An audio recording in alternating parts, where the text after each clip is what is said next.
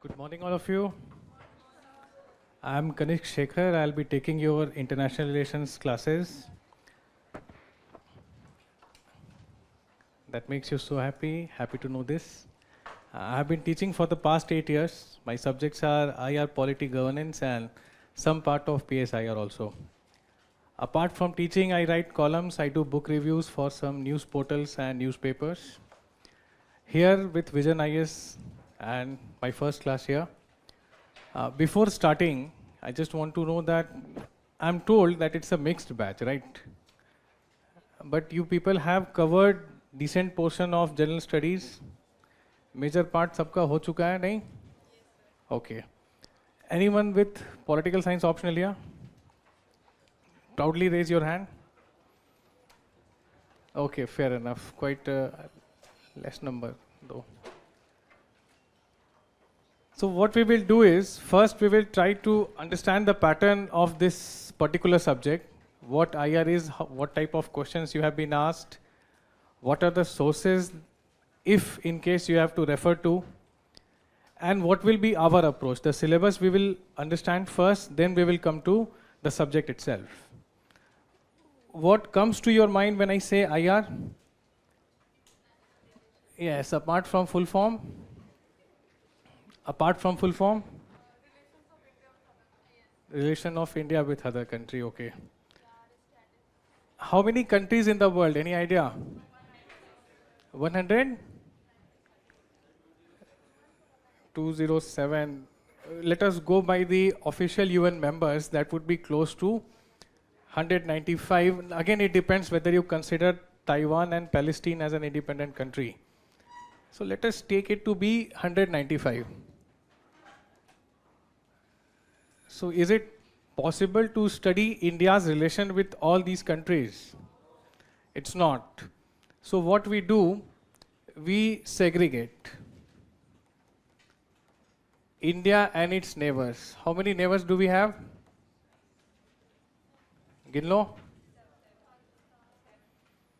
Start with the beloved, then another beloved,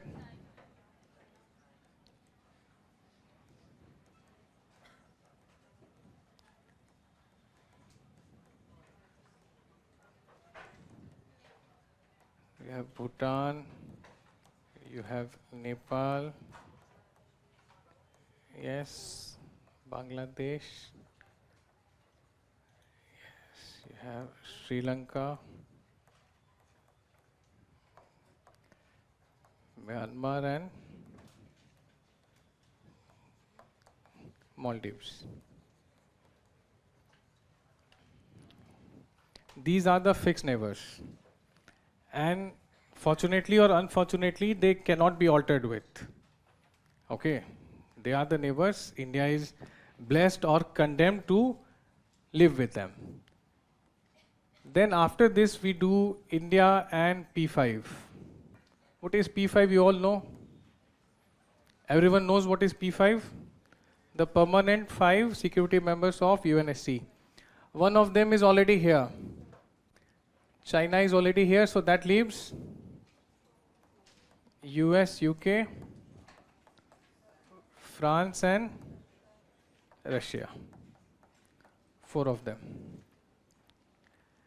Then there are some other important countries which have become important partners of India, like Japan and Australia.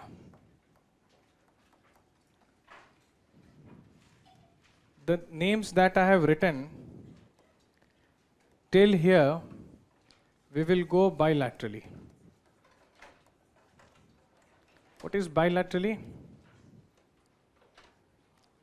Bi means 2, poly means many, uni means 1. So bi means India and these countries, specifically. After this, what we do, we will not go bilaterally, we will go with what is called multilaterals. Multilateral and regional.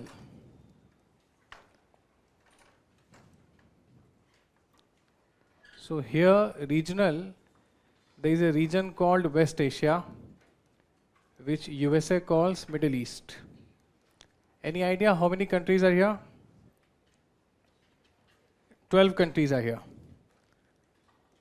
But there are certain themes which we will cover. The Israel-Palestine,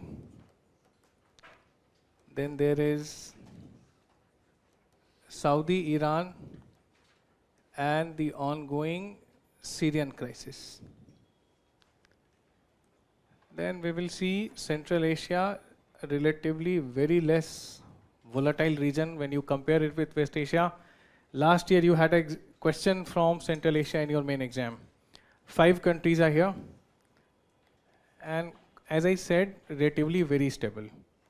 Then we have Arctic. Here we will see what is NSR. Arctic Council and NSR.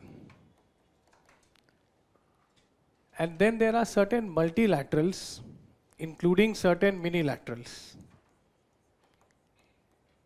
Minilateral means 3 to 9 countries.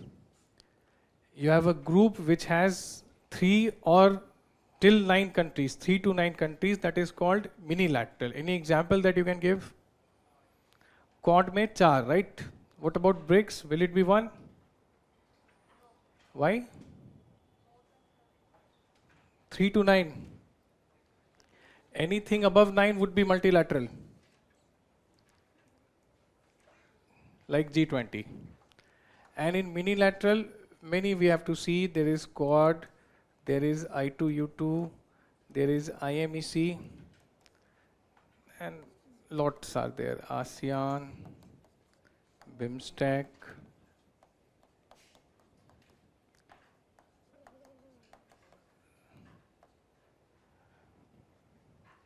and a lot more which I am not even writing here.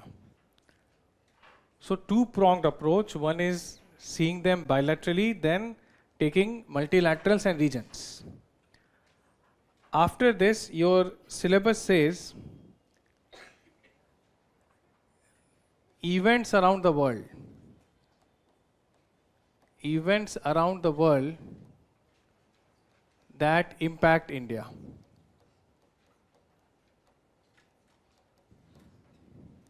Again, 2 types of events around the world impact India. One where India is directly involved, and the other where it is not directly involved.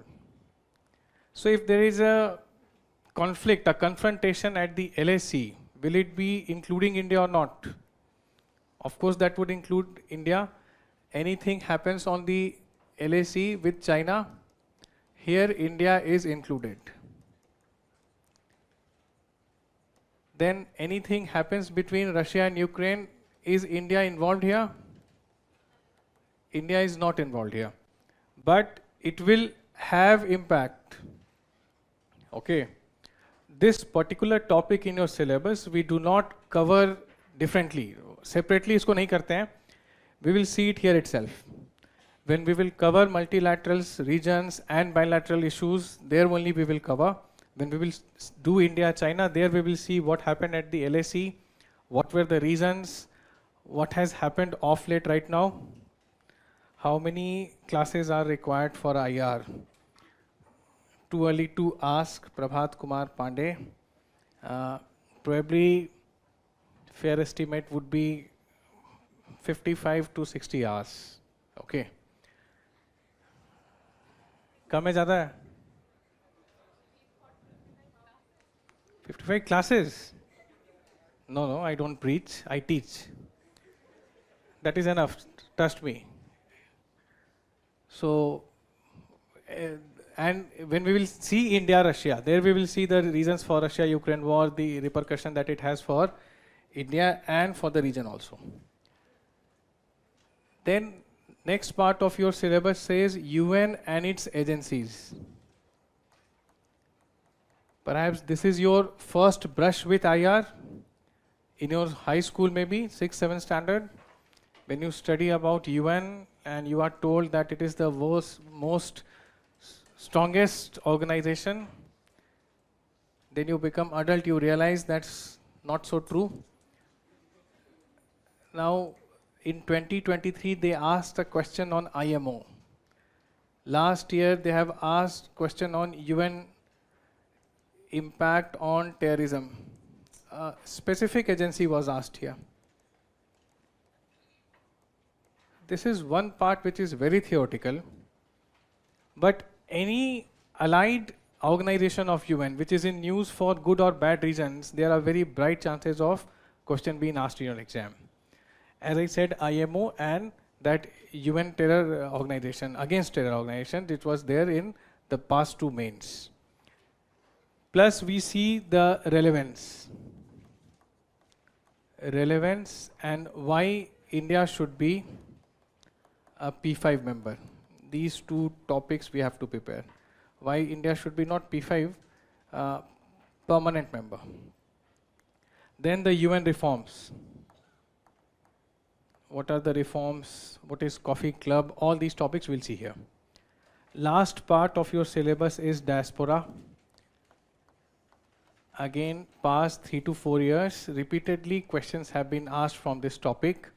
You all have a faint idea what is diaspora? What is it? Someone who has roots in India living abroad, maybe 3, 4 or maybe one generation before they were here. They are living in different parts of the world. So again, in your mains, question has been asked, Africa, Europe as in West. So what exactly diaspora is? What are the benefits of having such a diaspora? Any idea? They send good money. $100 billion, as World Bank has said. So apart from remittances, there are other issues also involved here. Plus there are issues, apart from benefits, there are issues. What is the issue with diaspora? So when you have such good number living abroad, any kind of unwanted incidents happens, their safety becomes an issue to bring them safely back. And no, not all diaspora is in your favor. What makes me say so? What about that? So you have separatists within the same diaspora. You have Khalistanis sitting here. You have Azad Kashmir people sitting here. Okay. So this diaspora is not monolithic. It does not always favor India. Okay. Plus there is a parliamentary committee report. You have studied polity, right? Standing committee, you know what it does? So in 2022, a standing committee report was submitted which has criticized MEA's functioning. It is critical of the MEA functioning mostly related to diaspora. They say that we do not even have a database. Okay. So these are the various issues. That is the breakdown of your syllabus. Yes, ASEAN with 10 countries, yes, that's multilateral. More than 9, it's multilateral. Okay. So that's the breakdown of your syllabus, which we will cover roughly in 55 to 60 hours. Okay, that makes you happy or sad? Good. This is your syllabus. Now, what are the sources? Anything that you have ever read on this subject? Any basic book or some advanced level book, some fancy author someone suggested you? Someone with PSIR trying to become an expert here?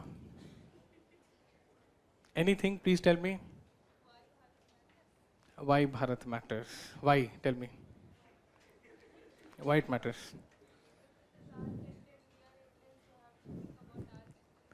Such a sweet answer. Yes, that's the latest book by the Foreign Minister, Dr. S. Jaishankar. Nicely written one, and there are some lines that I will quote from that book. Currently, you don't have to read any book. Okay, seriously, you don't have to read any book. Some material was provided by the institution, some booklet. You can refer to it. Your class notes will be more than sufficient. Okay, your class notes, I can assure you, will be more than sufficient. and there will be some articles that I'll share with you. Today, have you got anything? कोई handout मिला है? How many of you have it? Okay, you will have it. If not, then you will have it. Not an issue. So that handout you please bring in your class every day. It's a glossary of international relations. The terms that we often use in this subject. See, you get marks when you use the language of that subject. Otherwise, it becomes literature, with due respect to people who study literature. So if you want to score marks, you want to use the language of that subject. So I have compiled a glossary, some 60 odd terms are here, which will benefit you. We will not discuss them separately, but as and when we progress in our classes, I'll ask you to refer into that. That particular term is written here, one line definition, 1 or 2 line. Some examples are there, you can read from there, you will understand. Plus, I will be sharing a lot of articles with you in soft copies. These will be your sources. Some columnist you need to read. Anyone that you do? For IR I'm asking. Anyone? Any of the columnists that you come across, you read them? C. Raja Mohan is UPSC's favorite. They have asked question even in CSAT from his columns. Yes, but he writes too frequently nowadays. So quite a task to keep a track on him. Plus he makes a lot of sense. So I'll be sharing his articles also. Then you have Brahma Chalani. Again, he's not writing as often as Raja Mohan, so good. Then you have Suhasini Haider, heard of her? The Hindu, where another columnist you must read, Stanley, especially for West Asia, Stanley Johnny. Then you have Happy Mon Jacob. He teaches IR in JNU. Then you have Professor Pushpesh Pant. He hardly writes now, but if he does, please note it down. Then you have Professor Harsh V. Pant. Okay. And you have Professor S.D. Muni, the greatest, the biggest name on India-Nepal relations in both countries. Then you have Ashley Tellis.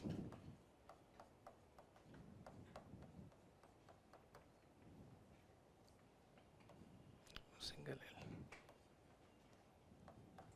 For India-US.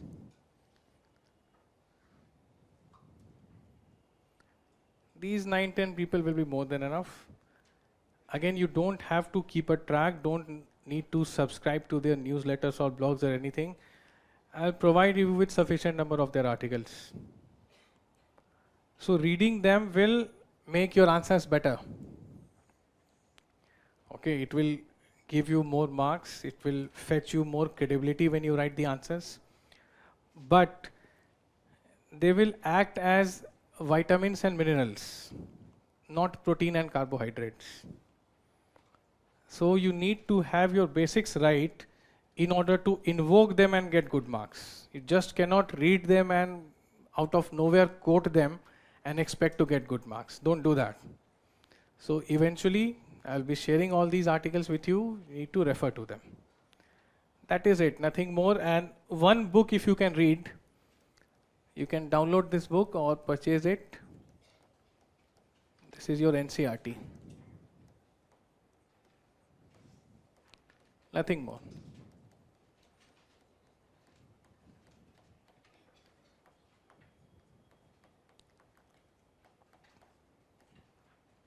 It gives you a very brief and apt summary of what is happening. Quite history is also given here. So if you find certain loopholes or certain disconnect, you can read this in 1 or 2 days. It's a very thin book with quite a lot of illustrations and pictorial representation. If you have not done that, you can do this anytime. A very easy read, very user-friendly book it is. Apart from that, your class notes, this should be your preference, and the articles that I'll share, and the names. Whenever they write in the 2 newspapers that you read, उसी दोनों को पढ़ते हो ना, तो just keep an eye on these people. Not very frequently they will turn up except for Raja Mohan. So whenever they do, just see what they are talking about, okay? This is how we will prepare. These are the sources, no other book, no other stuff you have to look into. No video, please don't watch, okay?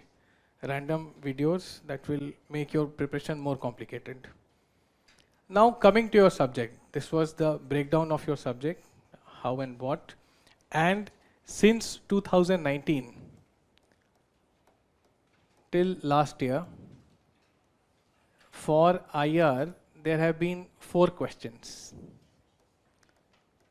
2 questions of 15 marks and 2 questions of 10 marks.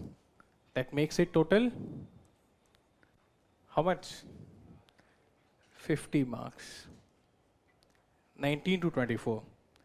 In 2018, they asked 3 questions for 15 marks and 2 questions for 10 marks.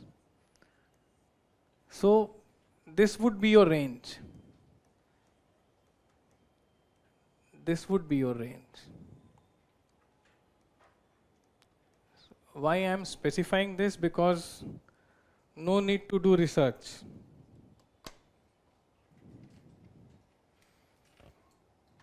Left side of the TV is not working properly. Please look into it. I'll not even look into it. I'll write this side, okay? Don't worry, I'll write this side. You will not have issues. My left or your left, which one? Idhar? Achha, that side. So what to do? Which power should I use? I'll write in between, don't worry. This would be fine. TV खराब है उनका, but he's writing online.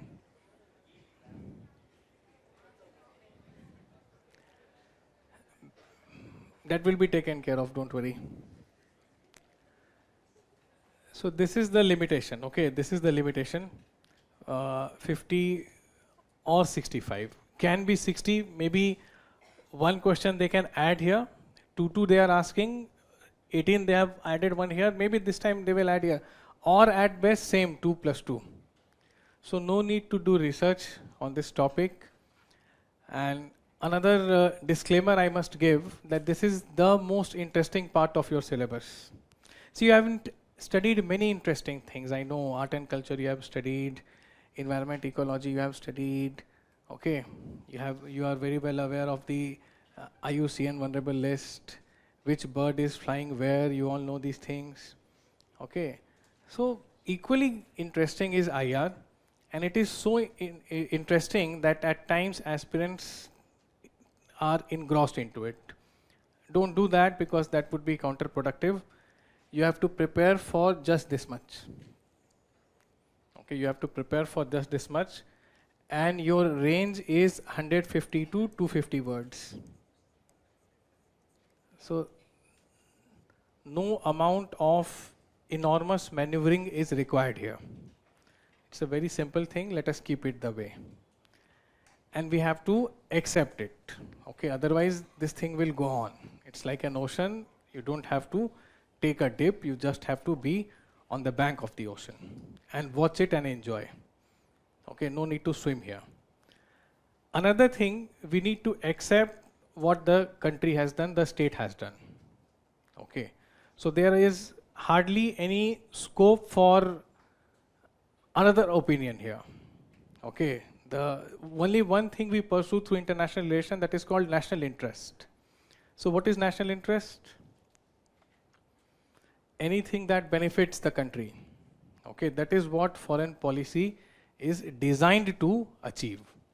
So when it comes to national interest, it goes even above morality and ethics.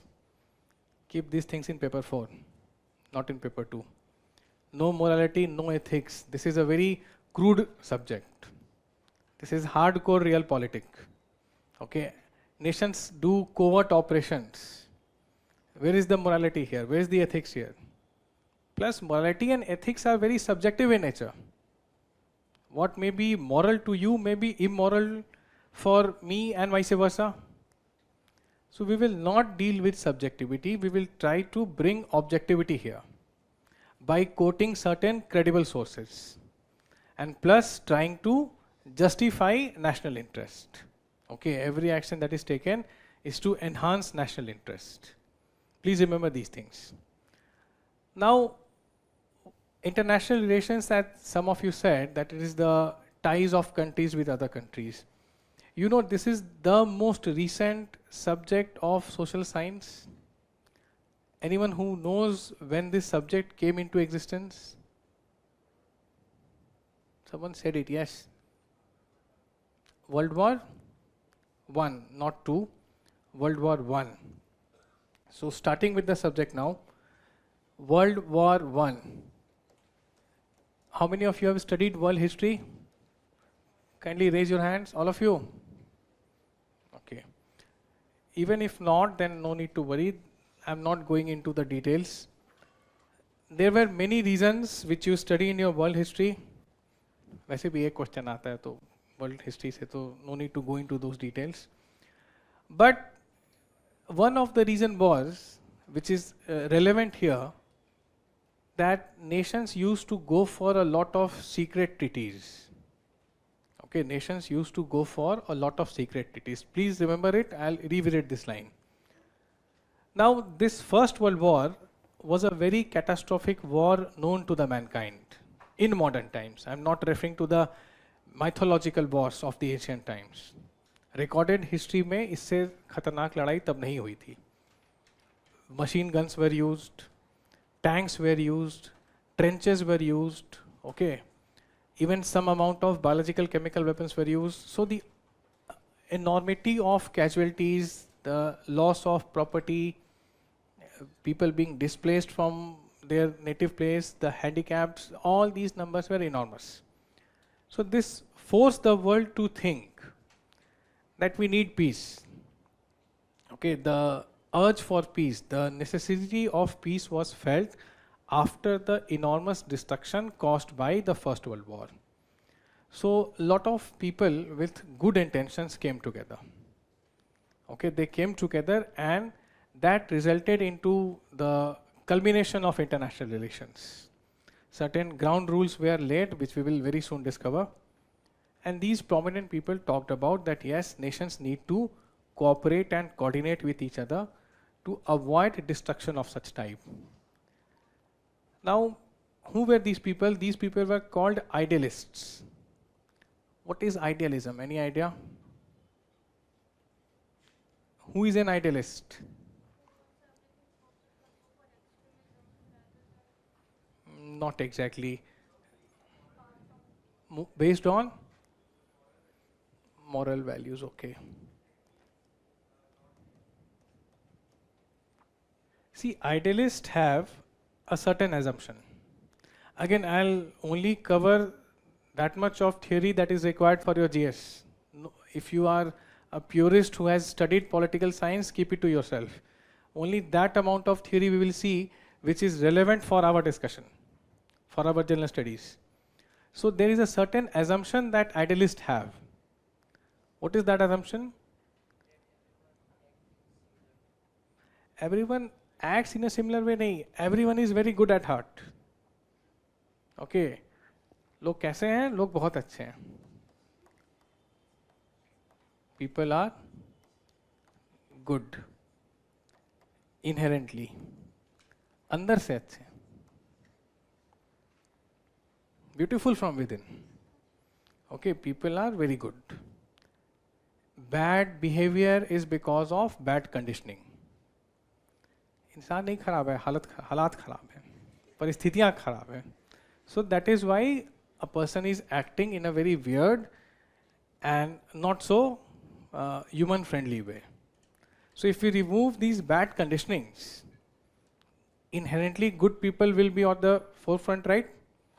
Now these inherently good people are managing, they are administering their nations. So when you remove all these things, the bad conditioning, these inherently good people, what do? They will bring maximum amount of cooperation and coordination. Because see, all this is being said in the background. Okay, in the background of First World War, lakhs of people were died, crores were displaced. So people felt the need for coordination and cooperation. Okay, this is the way out. Need to coordinate and cooperate, and everyone is willing to do that. Just that there are certain small hiccups. Why? Because of abhi bataya, bad conditioning. Because you have been exposed to a certain extreme type of environment, you have been conditioned to act in not so good way. So if that conditioning is removed, your inherently good behavior will come on the surface, and such people will be managing international relations. So ample scope for cooperation, coordination, and friendly ties within the nations. These were the idealists. Okay, these were the idealists. Yes, Woodrow Wilson was there. Palak is saying Woodrow Wilson. In fact, Wilson's 14 points. So Wilson went on to become the president of USA. He was a professor. He's called the father of public administration. So he gave his 14 points. Again, no need to remember those points, just one. Earlier, what used to happen before the First World War, secret treaties used to happen. So if France and let's say Senegal have done a treaty, Britain becomes apprehensive. Why Britain becomes apprehensive? Britain thinks that these two are cooking something against me. They are planning something against me. If Britain and Portugal do a treaty, France becomes apprehensive. Why? Because the content of the treaty was not made public. Okay, what is the written there? What are the details that they are going into? It was never made public. It was strictly between the participants. So the one who are non-participants, they are becoming suspicious and apprehensive. Are you understanding it? So Wilson said, let there be open treaties, no secret treaties. Let there be open treaties. Let people everywhere in the world, whether they are involved or not, know the content of your treaty. This will take care of rising apprehensions. So तब से आज तक देखो कोई country अब secret treaty नहीं करती है. Countries don't do secret treaty. Whatever happens between two or more countries is known to almost all countries.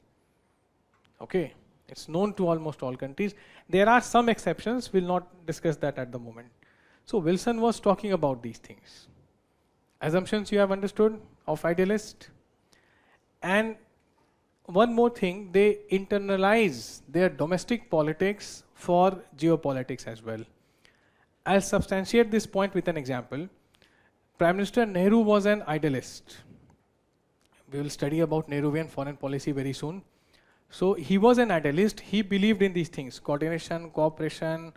Okay, he opposed, what was India doing when it became independent in 47? When it comes to foreign policy, it was opposing any form of colonialism, imperialism, and racism. Why would India do that? What were the reasons? Yes, India has suffered these things. India was at the receiving end of colonialism and racism. Colonialism has that racist tinge. You know this, right? The white man's burden and all these things. So let there be no racism, no imperialism. Any form of neo-imperialism will be opposed by India. So when Suez Canal will be nationalized by Egypt, three countries, Israel, France, and Britain, would attack Egypt. India will immediately condemn it. Okay, this is what India is doing.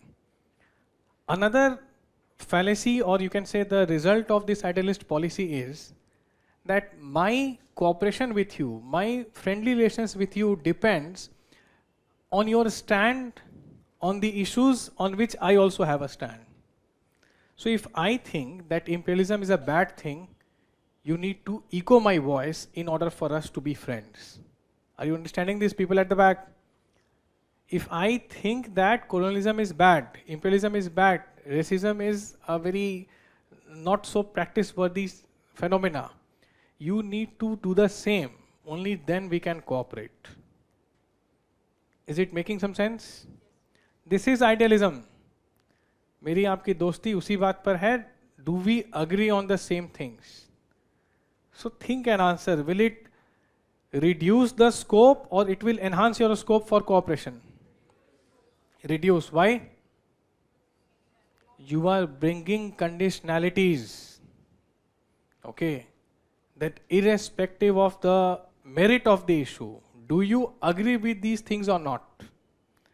So India would ask, India would know what are countries, other countries stand on racism, neo-imperialism. What is this thing? We will see it later. Slavery, human rights.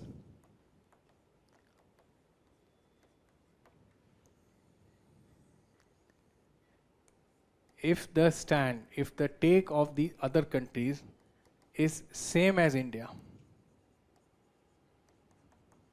which means there can be cooperation. So any wonders that during those years India was confined to Africa and Asia? Because they, like India, they were also at the receiving end of the colonial powers. Africa and Asia he colonize हुआ था ना? Who did that? You know, the West did, the Europeans, the Americans. So idealism is also restricting your policy choice. Any question till here? Please feel free to ask.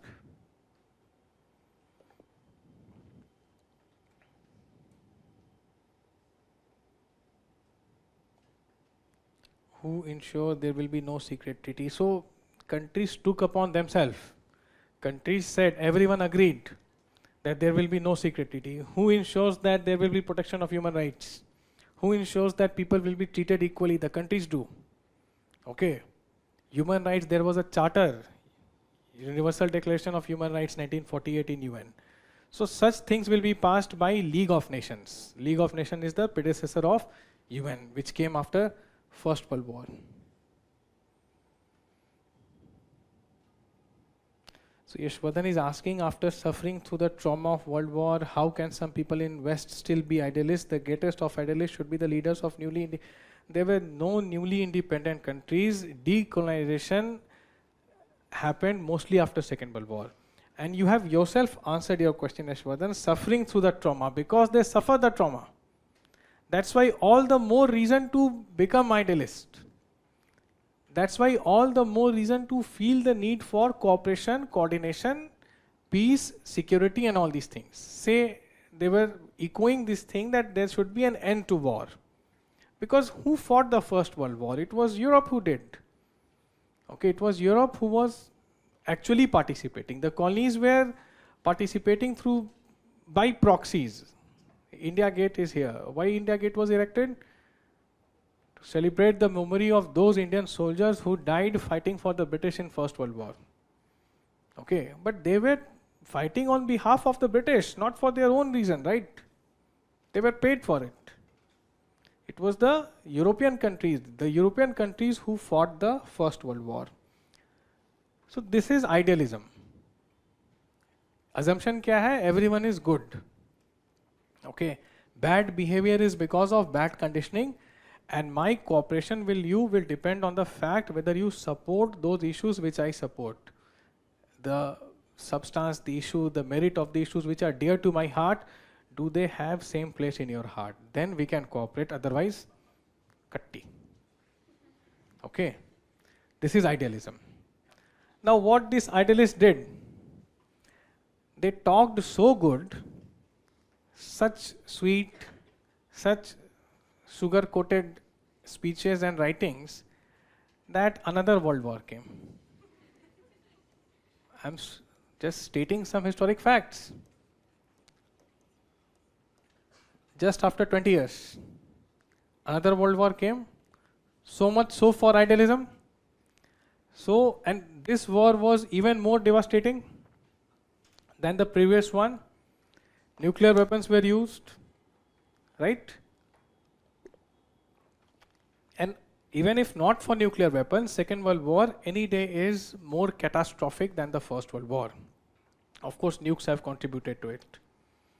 So this World War questioned the very assumption of the idealist. कि क्या आप लोग सोचते रहते हो? What is that you cook among yourself? And you have made a citation citadel, you will quote him, he will quote you, and you will try to reverberate it. That is not how the world works. So the very assumption of idealism, idealist theory of international relations, was brought to question by the unfolding of this disaster, the Second World War. Now, Second World War resulted into the birth of realist theory.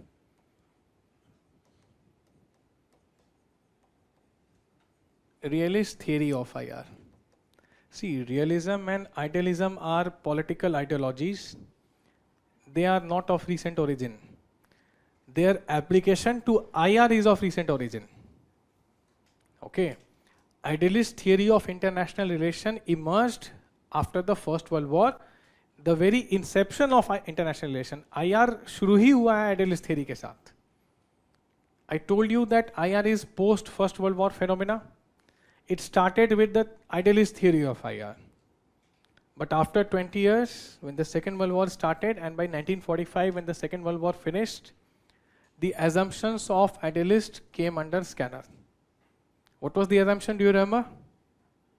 Human beings are inherently good. Is it so? Look at each other. Answer me. Are human beings inherently good? They are not. So realists have their own assumptions.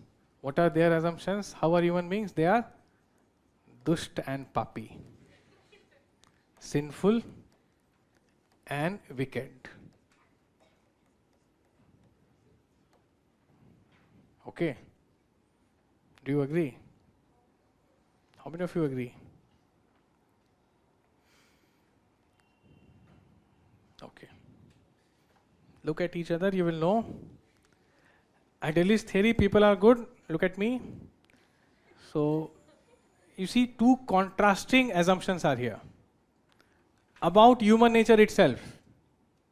One has a very optimist view and one has a very pessimist view. इनको pessimist माना जाता है because they do not hold high regards for human beings. Selfish हैं, wicked हैं.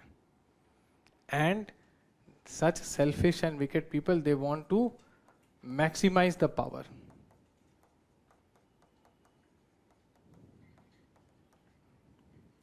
See, idealists always say what should be there, what ought to be. क्या होना चाहिए, ये है idealism. Realism is क्या हो रहा है, what is happening.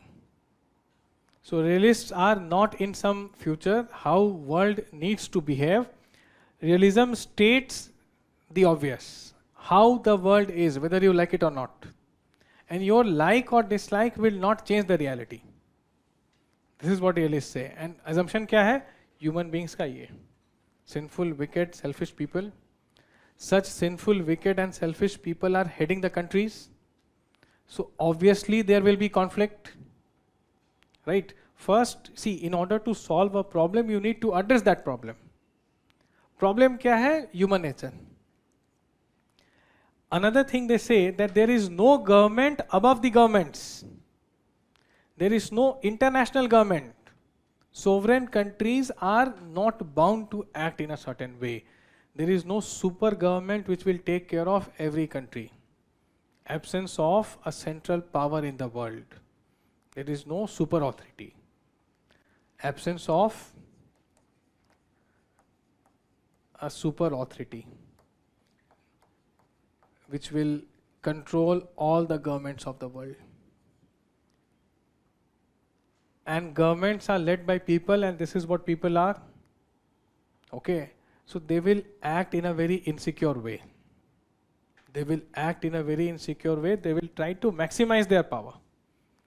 And when you try to maximize your power, you always do it at the cost of someone else. How do countries try to maximize their power? They try to increase their weaponry, nuclear arsenal, military infrastructure, right? The other country will feel scared. The neighbors will feel scared, and that will set up an arms race. Okay. So here, what is the solution? First, you need to accept it. The idealist assumption was wrong. This is what people are, and they want to maximize their powers. And when they want to maximize their power, in the absence of a super authority, the chances of conflict will increase. So the solution here is building alliances, creating buffer states, talking about collective security.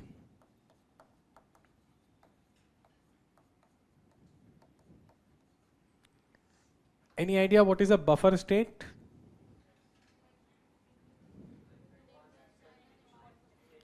That's a very correct example. A small country between two big countries. For example, Nepal and Bhutan between India and China. See, if not for Nepal and Bhutan, the LSE would run continuously from Jammu and Kashmir to Arunachal.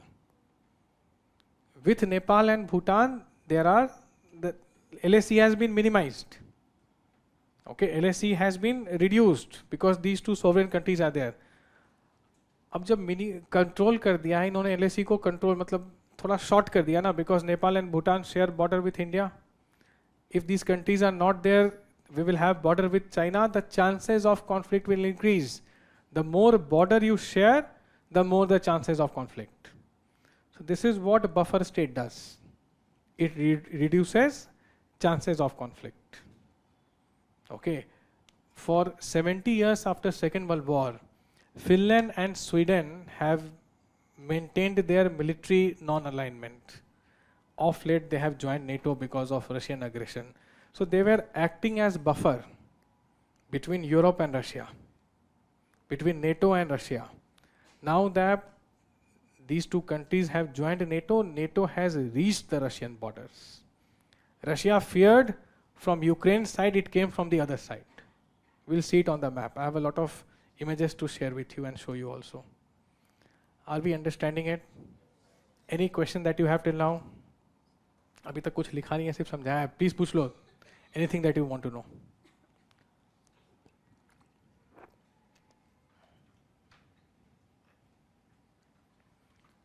Handout will be arranged in the break time. We have a break.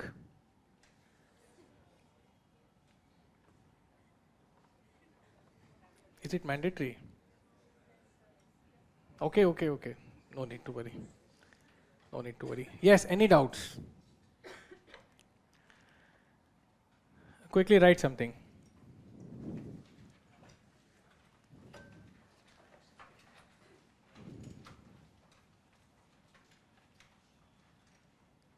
International relations is a post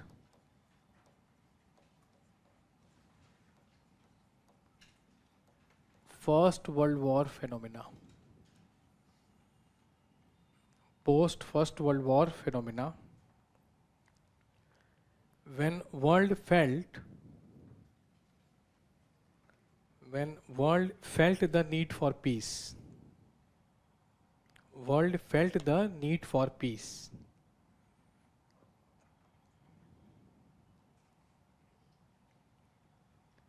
IR started with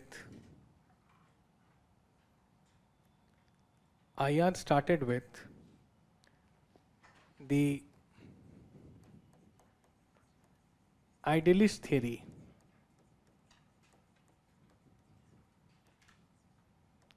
of international relations.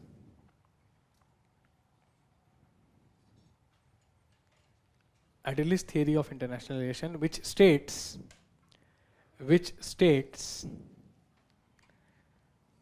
that the world is moving towards what? Revolving on its axis, right? World is moving towards a better place. World is moving towards a better place, and there is greater democracy, education,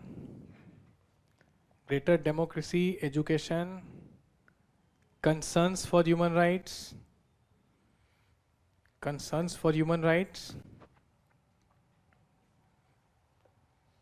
and greater understanding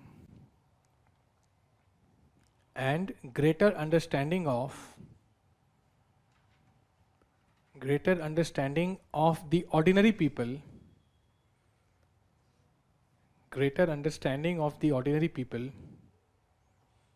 of what their leaders are doing,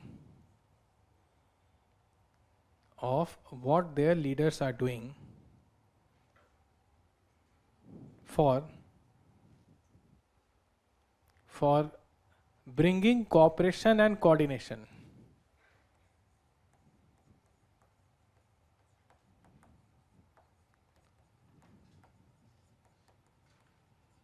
Bringing cooperation and coordination between nation states.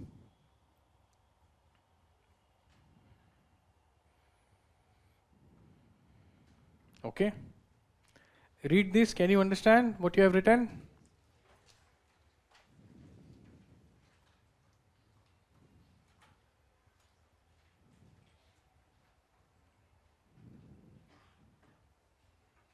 Any doubts that anyone has? Online people?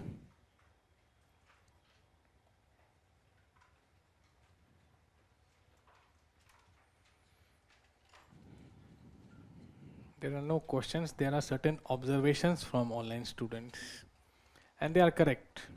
Nothing wrong with that. So this is idealism as we all have understood. Now change the paragraph. Realists.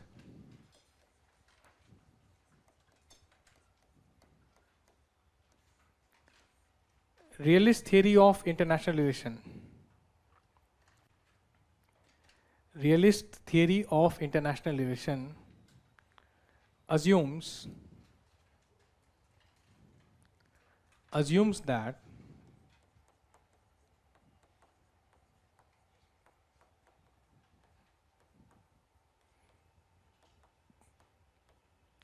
IR is set in a certain way. International relations is set in a certain way that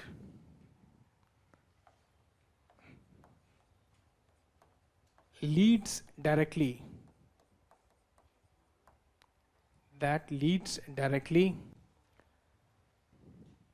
repeatedly,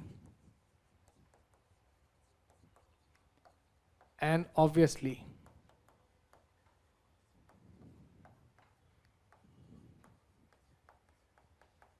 to conflicts.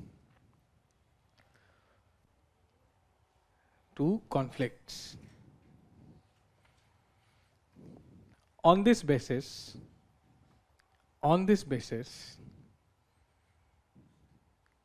realists, Yatharthvadi in Hindi they are called. What are idealists called? Adarshvadi. Yes. So on this basis, realists try to manage and minimize the conflicts.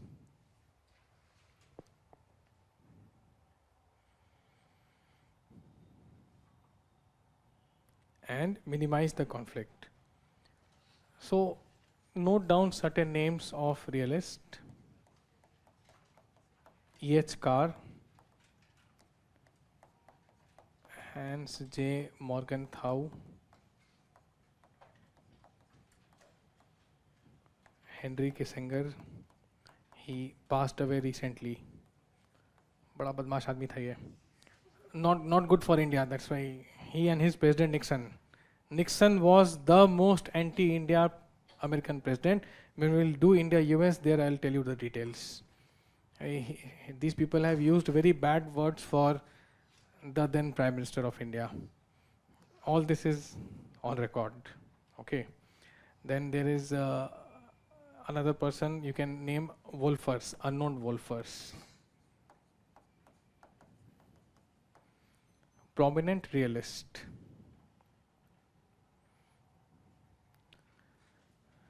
Professor John Mersheimer. We will talk about him. He is the greatest scholar of international relations in USA today. And he is having a very pessimist view of the current world order, as we will see. I'll refer to him repeatedly. Now, write about certain idealists. Wilson, Bertrand Russell, then our own M.K. Gandhi. He was also an idealist. Then you had Richard Coben. These are idealist theorists of international relations. These are the realists.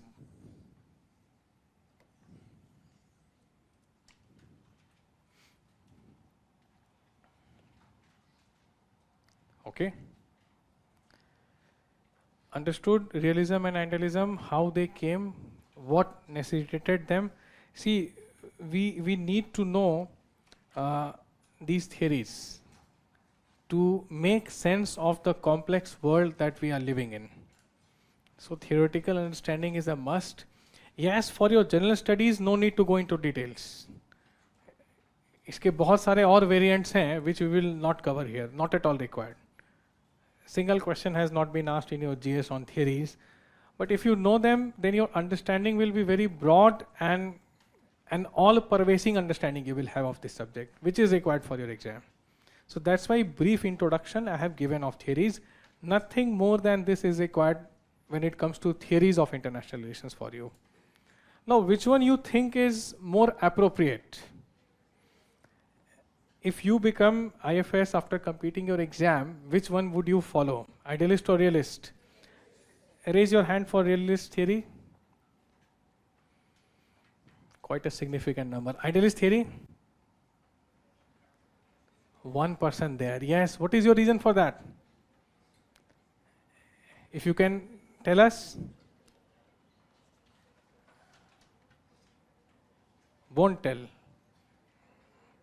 Yes, idealists don't articulate everything.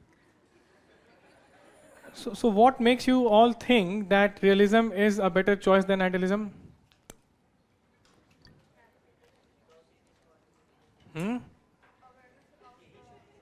What? यही सच्चाई है कि लोग कैसे हैं? दुष्ट and पापी. यही सच्चाई है. Is there any limitation of realism according to you? Online also realism takes a score. What is the limitation of realism? What is soft power and how soft it is? बताओ. What exactly is soft power? I will explain this, but since you have used this term. Okay, correct. Not wrong at all. Okay. But we'll see Joseph Nye has used this term. He's the one who coined this term. What is soft power? Now, there are limitations with realists also. पहला limitation क्या है? You know this example? Half भी कहाँ? Quarter empty? नहीं, more than 3/4 empty or 1/4 full, right? So glass is empty. Realists are pessimist people. Okay, first thing is that they are pessimist. So what, change the pen and write about it. According to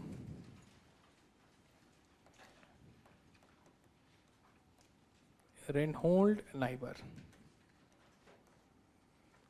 another scholar who is trying to bring the best of the both worlds. He's borrowing from both realist and idealist in bits and pieces. That is what you have to do for your exam. Any answer that you are writing for any subject, avoid extreme positions. Take Mahatma Buddha Madhyam Marg. Okay. So we do this in mains exam. I hope you know this. Like एक question अगर कि UCC पे आता है polity में, so there are merits. You must have studied कि this is why UCC is required. But unless it is not been implemented by the time you write your mains, you will change the paragraph and you will start your paragraph with a wonderful word, however, and then list down the issues with UCC. Okay, so this is what we have to learn, how to strike a balance. Unless the government of the day has thrown its weight behind a particular policy or anything, right? If there is a dilemma, you need to know both sides of the argument. That is what Naiber is saying, that he's saying that foreign policy, right? This, according to Naiber, foreign policy should combine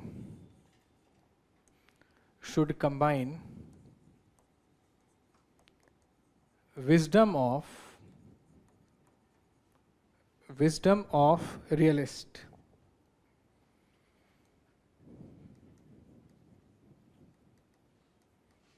What is the wisdom here?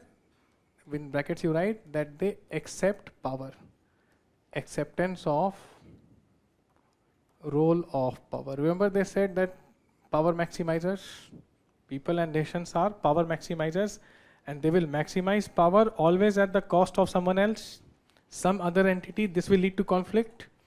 To avoid this, let there be security, collective security, alliances, partnerships, creation of buffer states. Okay. And one more thing he says, and the optimism of idealist. Optimism of idealist. What is the optimism that they have? That there will be an end of war. Say no to war. Okay. No war will be there. Everyone will live in perfect harmony. So let us have this optimism along with wisdom. At the same time, write this, at the same time, foreign policy should reject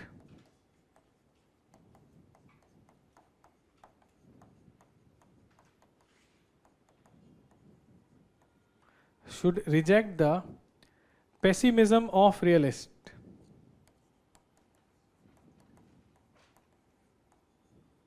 What is their pessimism? In bracket you write that there is no end to war.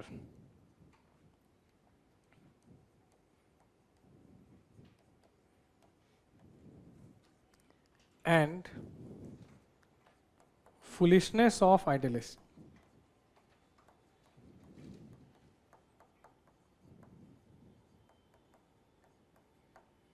Foolishness of idealist. What is their foolishness?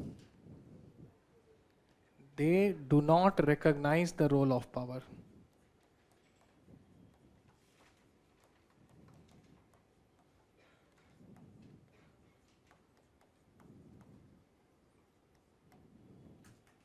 They don't recognize the role of power.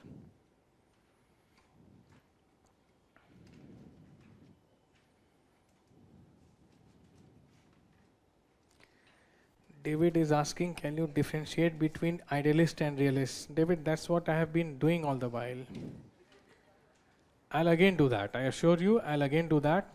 Let me complete this topic. I'll revise this. Don't worry. Any questions that we have?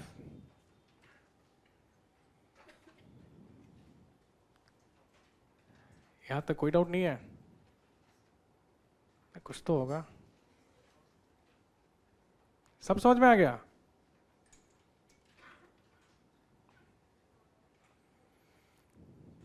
Okay.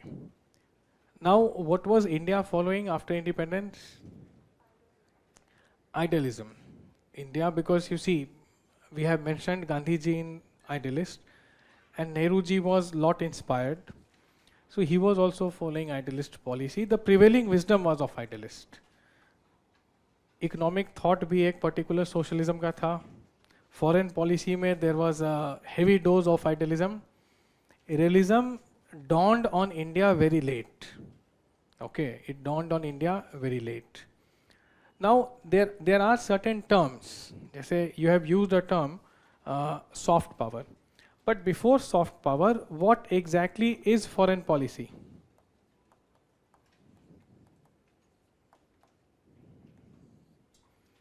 What exactly is foreign policy? Write one line here. Foreign policy is a framework.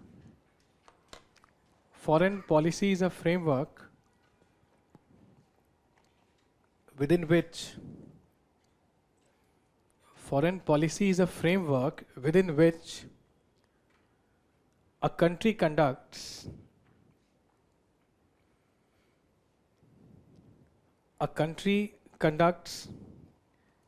its relations with the world. Country conducts its relations with the world in different formats.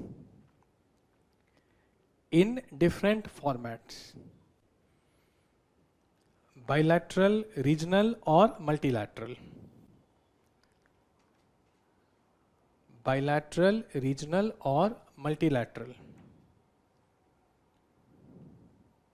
Bilateral, you know, we have seen that, 1-to-1, 2 countries. अभी एक president India आए हुए हैं. Which president? Chile president. So India and Chile are engaging into bilateral. We will study Latin America. तो यहाँ देखोगे कि India is focusing on ABC countries. C is for Chile, Argentina, Brazil, and Chile. Okay. So this is when Latin America is regional. Chile president coming to India is bilateral. Okay, so bilaterally, regionally, and even multilaterally. Now, what is diplomacy here? Write one line on diplomacy. Diplomacy.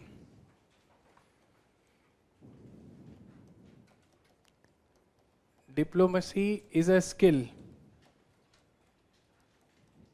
and profession. Skill and profession of managing countries' relations with rest of the world. With rest of the world, with a view to achieve objectives of foreign policy. View to achieve objectives of foreign policy. Anurag is asking, our foreign minister is realist or idealist? What do you think? Current Modi government is more realist than any other government of India. We will see it. Not immediately, we'll see it. थोड़ा India कैसे conduct कर रहा है अपनी foreign policy, we'll see that, then you will know the answer, why I'm saying so. So, just read this line, what you have written. Of foreign policy, okay. And another line you write, national interest.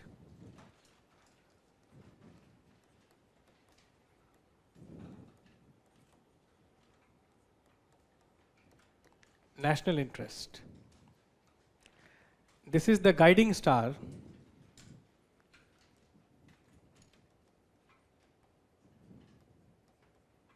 This is the guiding star for a state's foreign policy. For a state. State here is the nation state. Country. A country's foreign policy. Countries use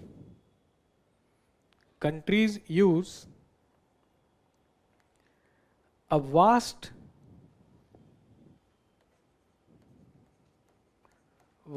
array of resources.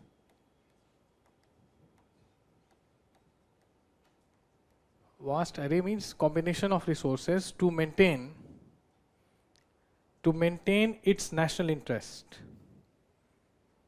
Can you name some?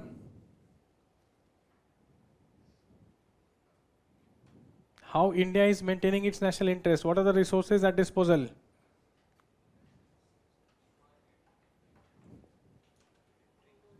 Military, yes.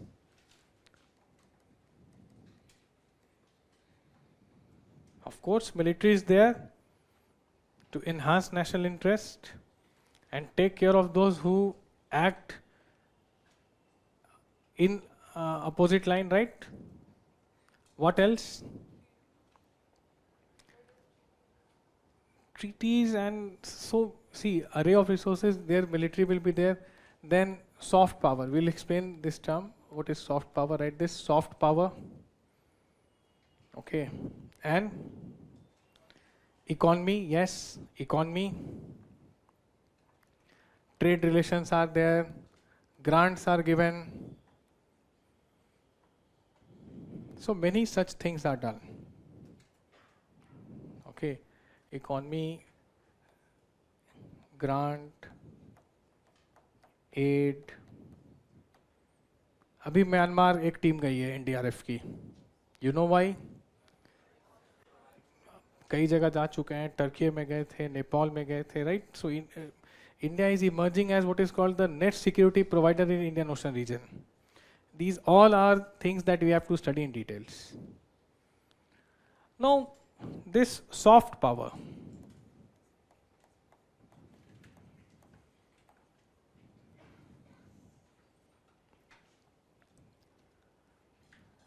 So if this is your foreign policy, then diplomacy is a subset.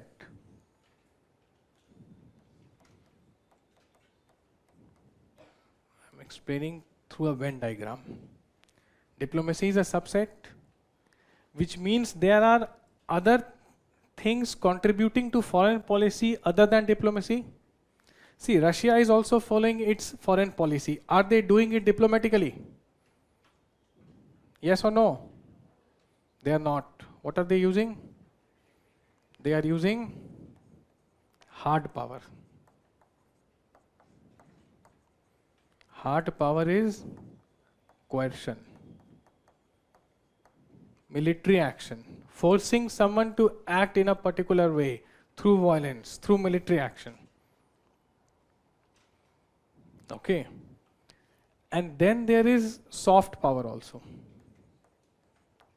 Again, it's a tool to achieve foreign policy. Okay. Now, what is soft power? Someone was explaining.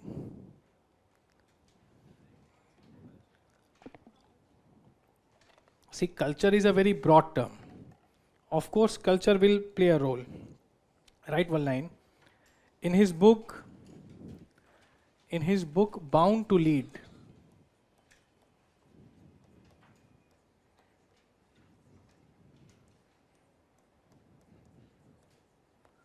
Joseph Nye used the term soft power.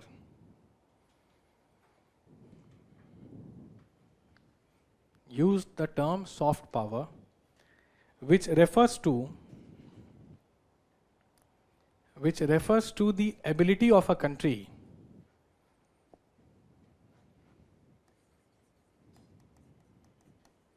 to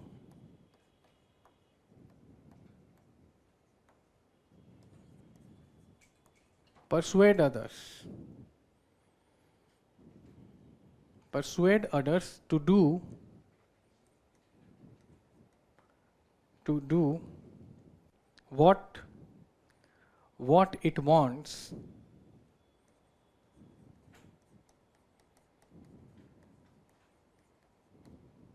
without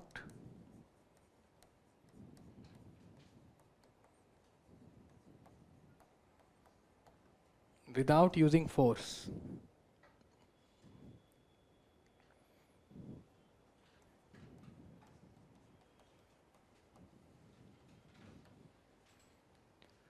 Now let us understand this through an example. I have given this example at many places. How many of you have seen Friends? The पढ़ो लिखो Friends देख रहे हैं. How many of you have heard about Friends? So for those who have not, this is a very famous American series. Okay, that started somewhere in 19. Now don't watch it. Okay, I'm not recommending you. I'm just making you understand what is soft power. So it started way back in 1994 on American television, ended in 2004. 10 years it ran. Now what is it? It's about 6 friends, 3 guys and 3 girls living in New York City in their 20s. When the series started, they were in their 20s. When it ended, they were in their 30s.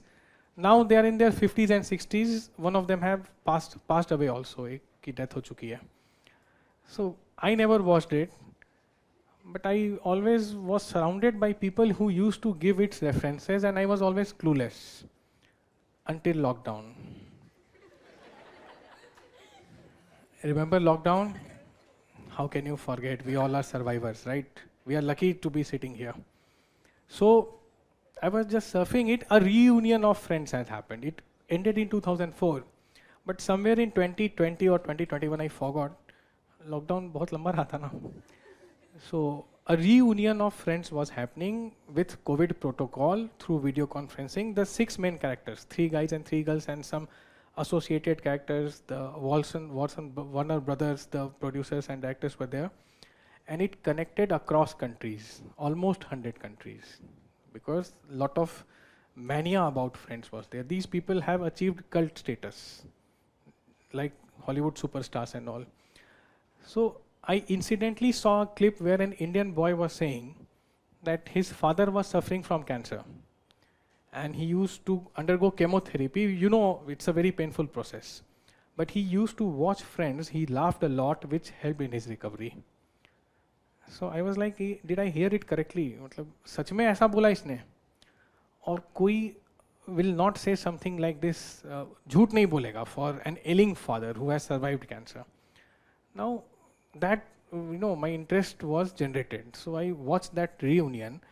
There were such stories all across the world, from Canada, forget US. US का तो ये है ही, Friends is from US. African countries, European countries, everywhere. So I decided that now I will watch it. It took me a lot of time, but I watched. Now, as a student of IR, what do I see? I see blatant display of American soft power. How I'll explain you. The 3 female characters, in due course of time, they become mothers. None of them is a conventional mother. One is a surrogate mother. One adopts. One is mother without marriage. These are American ways of mainstreaming these ideas. I'm not going into the comparative virtues of these ideas. ये सब sociology में पढ़ना. होना चाहिए, नहीं होना चाहिए, IR का domain नहीं है ये. Okay, but see, the obvious thing that I'm pointing. They are saying it's okay to become a mom without marriage. Okay, see, this is what soft power is. They have convinced their mass followers. You watch any hit Hollywood movie, when a character is angry with another character, he would say, "Are you a communist?" And the other one will feel offended. Why are you saying so? This is American way of telling you that communism is a garbage. Again, not discussing communism. Not my domain in GSIR, okay? समझो भावनाओं को, ठीक है? क्या बता रहे हैं कि कैसे movies से बता रहा है ये? When Starbucks opened its first shop in Delhi near Connaught Place, I very well remember, there was a huge rush. I thought metro की line है, सर पकड़ के बैठे. लेकिन Starbucks की line है. People were 1-2 किलोमीटर लाइन लगी हुई थी to have that coffee, that sip. Okay. So see how America convinces you. They don't have to send their soldiers. They will send their products. iPhone. How many of you have iPhones?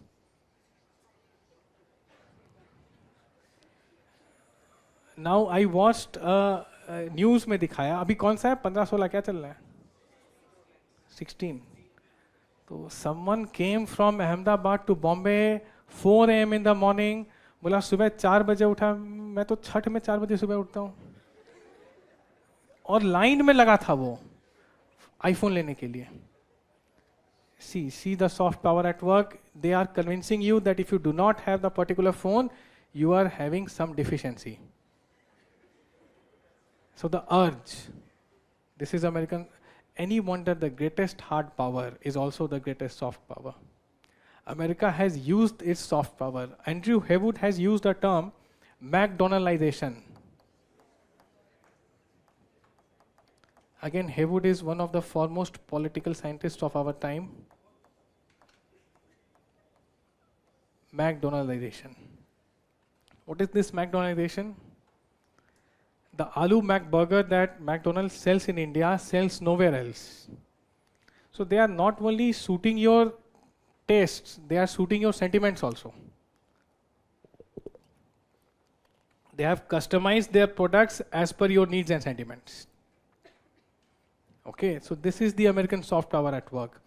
अभी मुझे कुछ और students ने बताया था कि आजकल कोई कोरियन सीरीज चलती है, South Korean, of course North Korean, what is the name, कोई बैंड भी है उनका, music band, you guys also watch it, okay. So वो पता नहीं कौन सी स्किन होती है उसका, लोग gloss skin is what it is called, glass skin, what does that mean? Again, see, this will again compel the people to act in a certain way. So South Koreans don't have to send their soldiers, they are sending their series. An Indian teen is going gaga over it. Am I right? I have been told this. I have no patience to watch these things, but ऐसा हुआ है. So see how world uses this soft power. Now compare this with India. In Indian movies, we show what they show, that ISI and RAW are running joint operations. ऐसा दिखाया था. You will never see CIA and KGB running joint operations. In Hollywood movies, the villains were Russians, now they are becoming Chinese. See how updated they are. How their literature, their music encapsulates what is called the American spirit, and they export it to the world. They are showing every young person that New York is the place to be. This is how young people celebrate through their Friends series. How they laugh, how they chill, how they stand for each other. Their take on homosexuality way back in 90s. You need to see to feel it. कि कैसे drill किया जा रहा है ये idea. Again सही गलत तो कुछ है नहीं. Supreme court has legalised it. But it has still, homosexuality has not become mainstream in India. Am I right? Legally, yes. Society has not given a thumbs up yet. Maybe in due course of time it will, but अभी तक नहीं हुआ है. So this is how soft power works. At times, many times you need to use soft power. Countries need to use this power. Now when it comes to Indian soft power, what would be counted? Yoga would be there, Ayurveda would be there, movies, not only Hindi movies, entire South cinema will be there, regional cinema would be there, and music would be there, cuisines would be there, and what else? Music, art, paintings maybe, dance form. So this is Indian soft power at work. When India proposed World Yoga Day, every country accepted it. Okay, this is Indian soft power at work. When you see some African guy singing Hindi numbers, Hindi songs, this is Indian soft power at work. So this helps India strike a chord with these audience. Okay, and at times you don't have to send militaries. The soft power will do the trick. Are we understanding it? Any question that you have? Break? Break? Or should we continue? Okay. Let us meet after 10 minutes.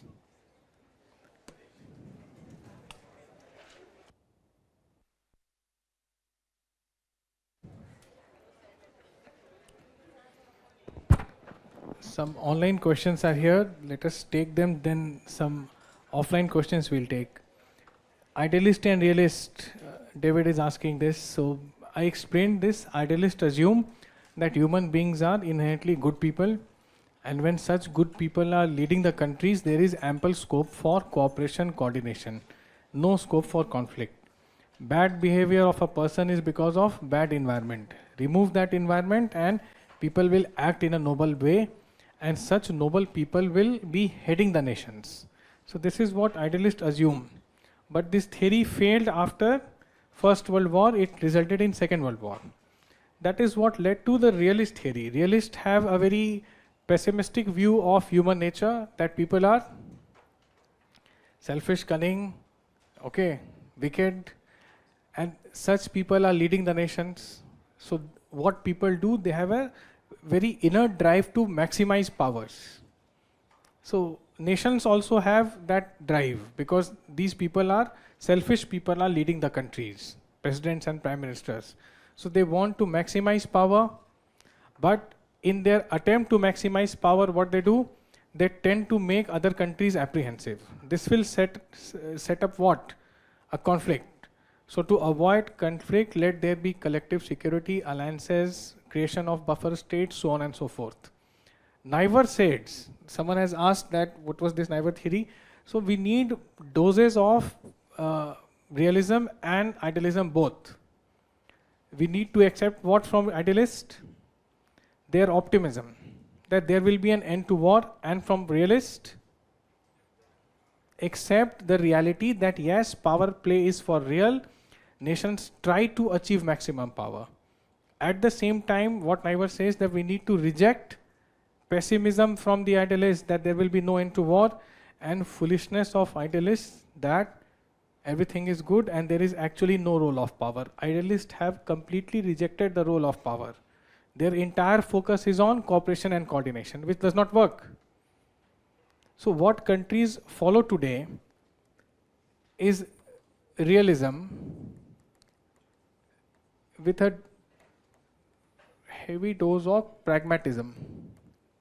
Entire American foreign policy revolves around this word. What is pragmatism? Whatever is good for me, I'll do that. So where is the scope for idealism now? Idealism has a role to play, a reduced role to play now. Unlike what happened after First World War, when idealism was the main theme, today it has become a very fringe theme. You will not see idealist policies being practiced by countries all the time. Every country is moving towards realism with pragmatism. Yes, they follow idealism to the extent that there are cooperations going on, there are treaties being done. We are trying to strike a deal on climate change.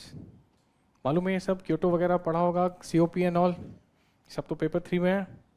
Maybe a new intergovernmental panel will emerge on a topic that you all have heard about. What is that? In Britain, we had a summit under PM Rishi Sunak, artificial intelligence. So such summits, intergovernmental panel on climate, on AI, these are efforts towards cooperation and coordination, which comes from idealism. इतना ही idealism चल रहा है और नहीं. Then some more questions are here.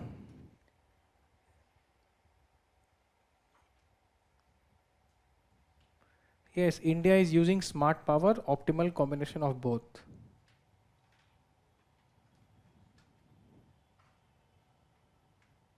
And some movie is named here that it raised conflict. So I did not say that all movies will enhance or compromise soft power. Buffer state have to always have common boundaries. Yes, that is the role of buffer state. It minimizes the area of conflict. Okay, so they need to have common boundary. Soft power and diplomacy, how are they different? How is soft power different from diplomacy? Diplomacy is always done officially. When diplomats engage, we will see the tracks of diplomacy, there you will know. When Prime Minister, President, Foreign Minister, Foreign Secretaries, they engage, this is called diplomacy. Officials, state appoints them. Article 12 defines state, right? तो उसके definition में diplomat आ जाएगा. acting at the behest of state. Soft power is not, friends, कोई America की सरकार ने नहीं बनाया ना. Warner Brother is a private owner, okay, a private production house. But very subtly they are doing these things. They are saying that, are you a communist in Hollywood movies? The directors are ensuring that now the villains are Chinese. Okay, so this is not done by any diplomat. This is not done by attempt of the state. These are private initiatives. So yes, it is having backing of the state. So everything has a backing of the state.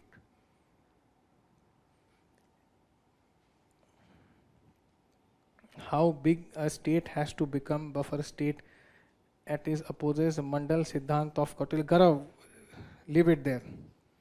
No need to bring Mandal Siddhant of Kautilya. It's good that you know it, but no need to bring it here. Not at all required in GS. Any other question that we have? Yes, quick.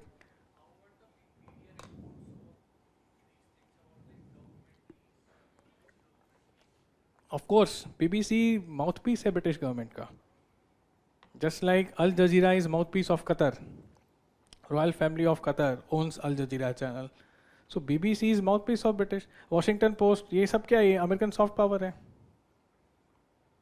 Dr. Jaishankar sitting in Washington said that my reputation is not decided by a newspaper named after this city. Do you know this? We'll see this. ये soft power से भी ज़्यादा ये deep state है. What is deep state? Wait for India US. I'll explain you everything related to deep state, how OSS was created, how what Michael Benz has said of late. We will see these things. Please wait for it. अभी इतना समझ में आ गया ना? Kindly restrict your questions to what we have discussed. Any other thing? Now let us see tracks of diplomacy.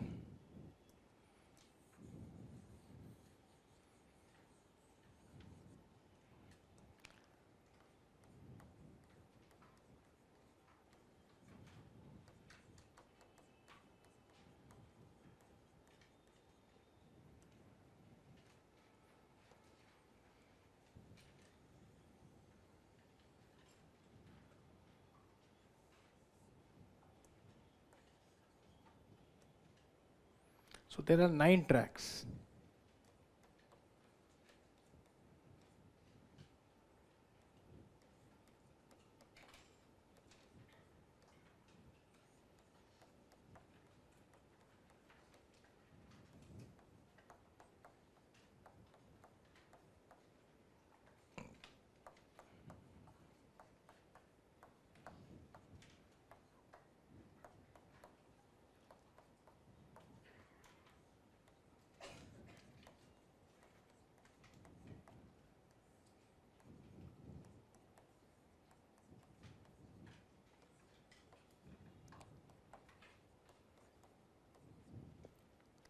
These are the various tracks of diplomacy.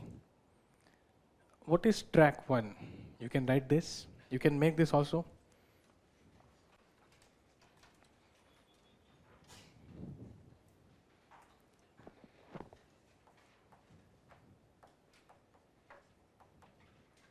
Track 1 is when government is officially involved. Government to government. Chile president coming to India, meeting PM Modi. This is track 1. When presidents meet their counterparts, when foreign ministers meet their counterparts, when foreign secretaries meet their counterparts, जहां government involve हो रही है, that is track 1. तो government क्यों नहीं involve होगी जो इतने सारे और ट्रैक हैं, ये बताओ. Why? Diplomacy is something which government does.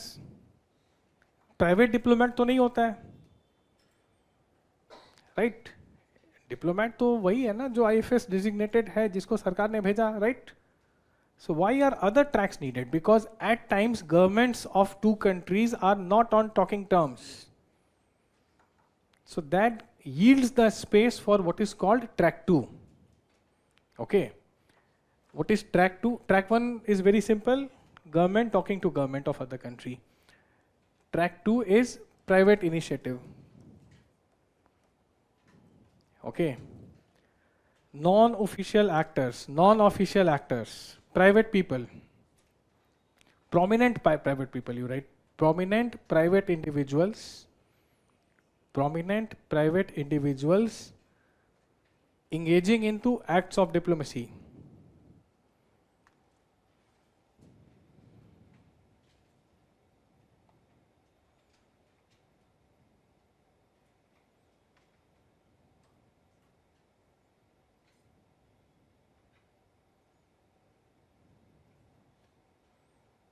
So many questions are here. I'll answer all these questions. Please wait for these tracks to finish. After I finish this and answer your question, then you ask your next question. Track 2 में क्या हो रहा है? Prominent private people. एक example लिख लो. The Oslo Accord. Heard of this? Oslo Accord 1993 between Israel and Palestine.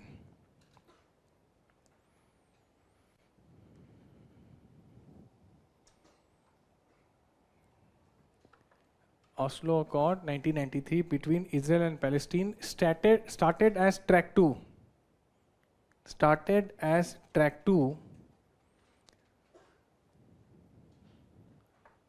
and culminated into track 1.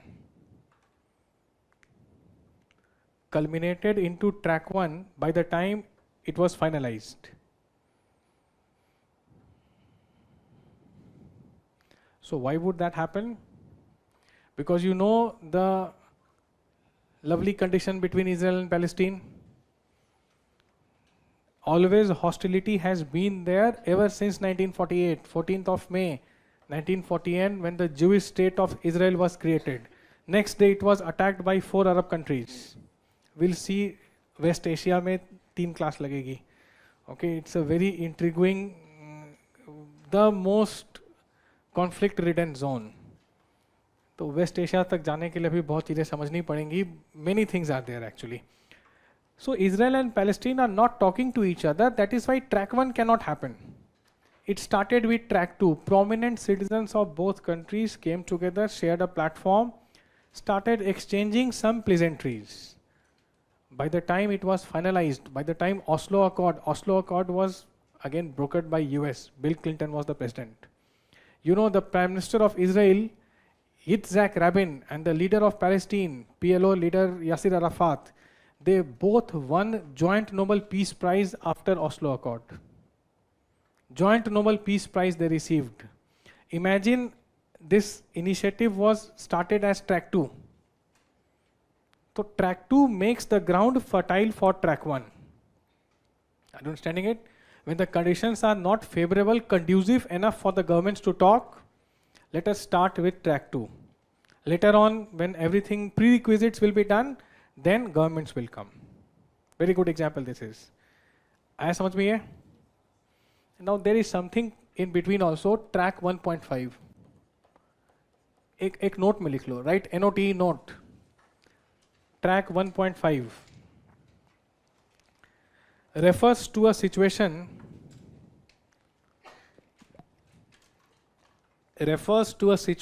where officials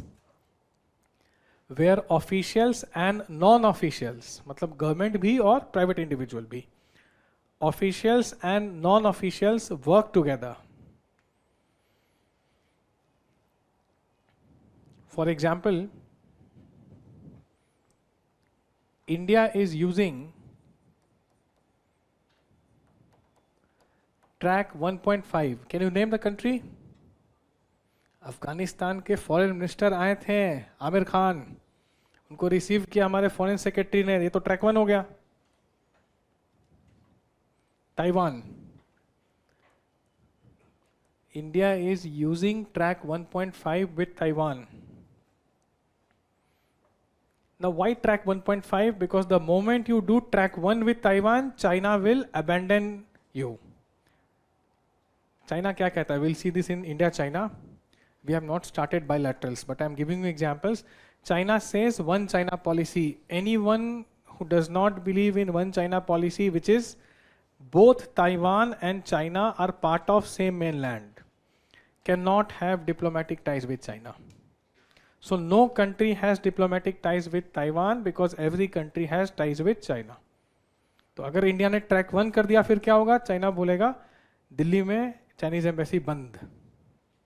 They will go back and what a embassy we have allotted them. It's a palace actually. छोटा सा flat देना चाहिए. And they will return Indian ambassador from Beijing to Delhi. कि we don't need you. India cannot do this. India cannot afford this. The kind of bilateral trade that is happening, more than $100 billion, and other corporations are also going on. That's why track 1.5. पूरी तरह से government खुल के नहीं आ सकती है Taiwan के साथ. Okay?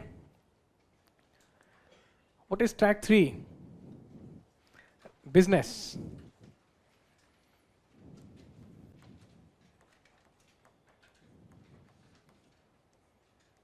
Track 3 is business. So there is a famous saying, इसको भी नोट में लिख लो, when goods don't cross borders, troops will.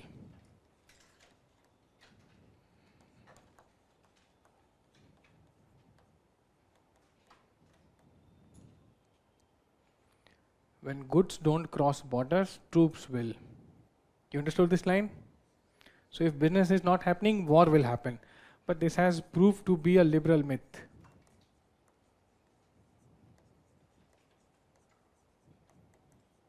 Liberal myth in IR because of India and China. So goods are also crossing and troops are also crossing. Right? Just now I said more than $100 billion bilateral trade.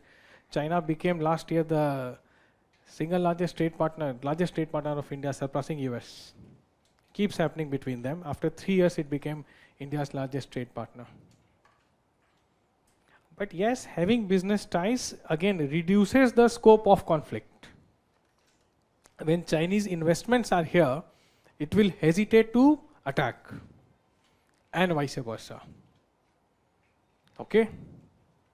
But not always true. There are other factors involved. Track 4. Again, it involves private people.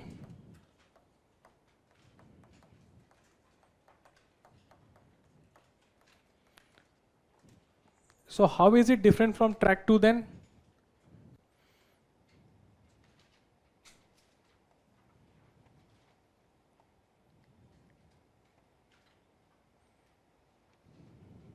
How is track 4 different from track 2 when both involve private individuals?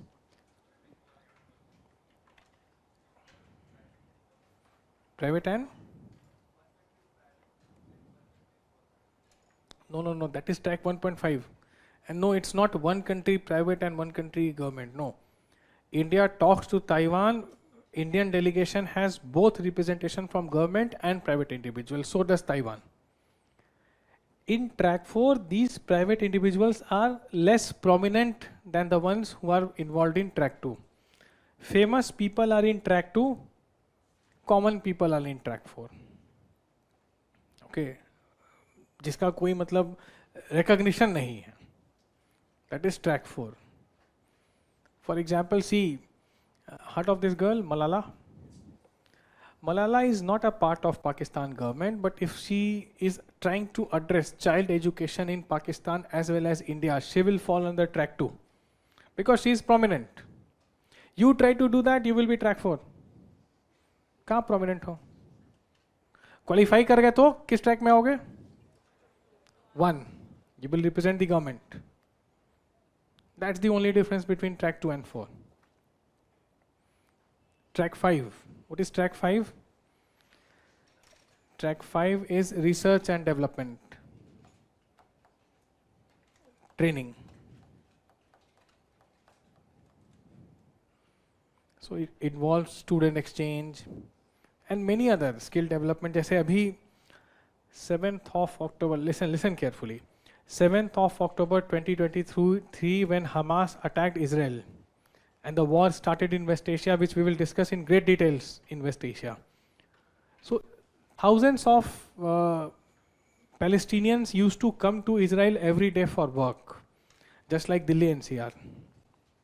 Thousands of them used to come. Israel said none of them will come.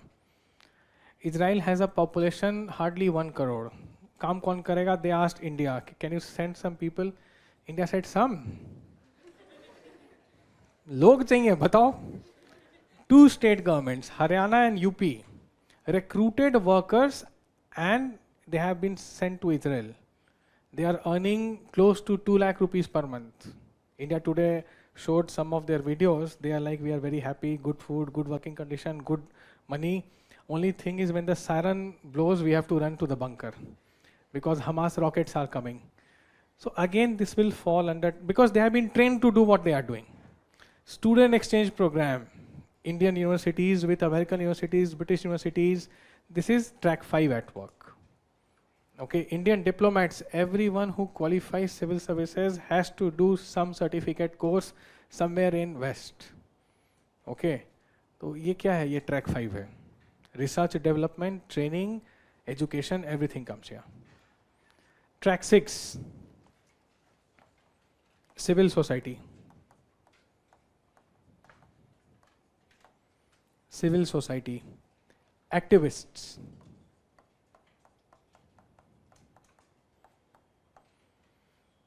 Civil society and activists. So environmental issues are taken care. Okay. Abhi, what is her name? Hina Rabbani Khar. Heard of this lady? Who is she?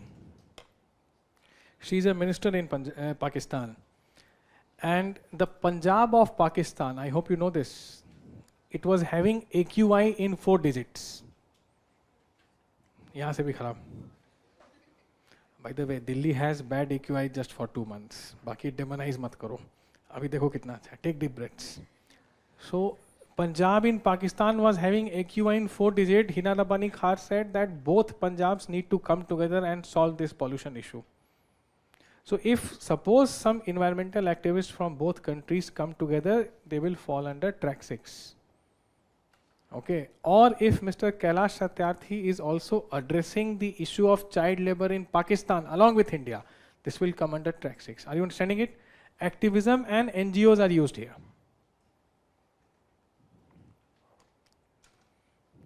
Track 7 is religion, faith. For example, write this. India reaches out to ASEAN through Buddhism. India reaches out to ASEAN countries, 10 countries are there in ASEAN, we have to study about them, through Buddhism, and to Nepal through Hinduism and Buddhism.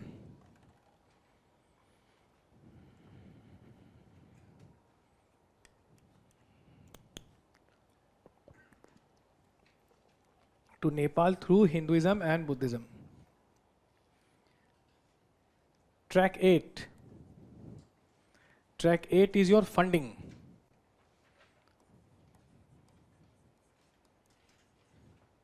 Funding. Providing financial help to achieve diplomatic objectives.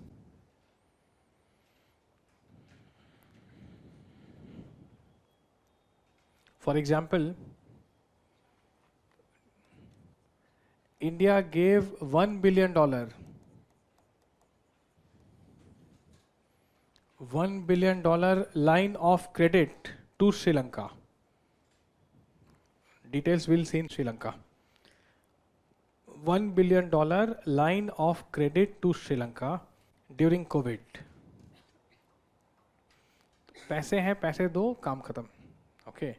Yes, China does that, but China does this in a very nasty way. That's called debt trap diplomacy. This term was coined by Brahmachalani. Details in India, China will see. India hidden clauses नहीं लगाता है, unlike China. That's why countries are seeking Indian help. Okay. And track 9. This is your media. Media. Which impacts the voice of people.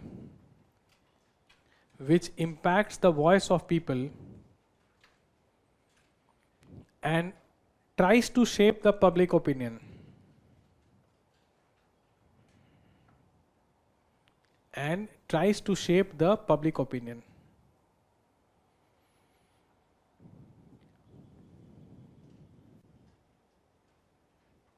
So how does this work? So you will have media spaces given. जैसे अभी Ukraine के ambassador ने आप ही वाले अखबार में एक editorial लिखा था. There was no need to give him such a free space in Indian newspaper. To bash Russia and India को भी to an extent he was indirectly pointing that you are funding the Russian war. That's not true at all. So such editorial and op-eds are given. Then paid advertisement. Newspaper में कई बार ये word देखना ऊपर में रहता है advertorial. China does this, especially in the newspaper that you are fond of. 2 full pages which appears to be a part of newspaper, they are advertorial. China has brought these 2 pages and shown us what a wonderful country it is. So they will list their achievements there. Okay, nothing wrong with that. कुछ भी इसमें गलत नहीं है. But see how media is being used to shape opinion. Okay, कि China की infrastructure development actually it is super, no doubt. But we don't know exactly this advertorial will cover it. If ambassadors are given op-ed space in newspapers, so we will know their side of story and try to empathize. Like I told you, Ukrainian ambassador wrote an editorial, right? Did we understand all the tracks? Questions we have? Huh.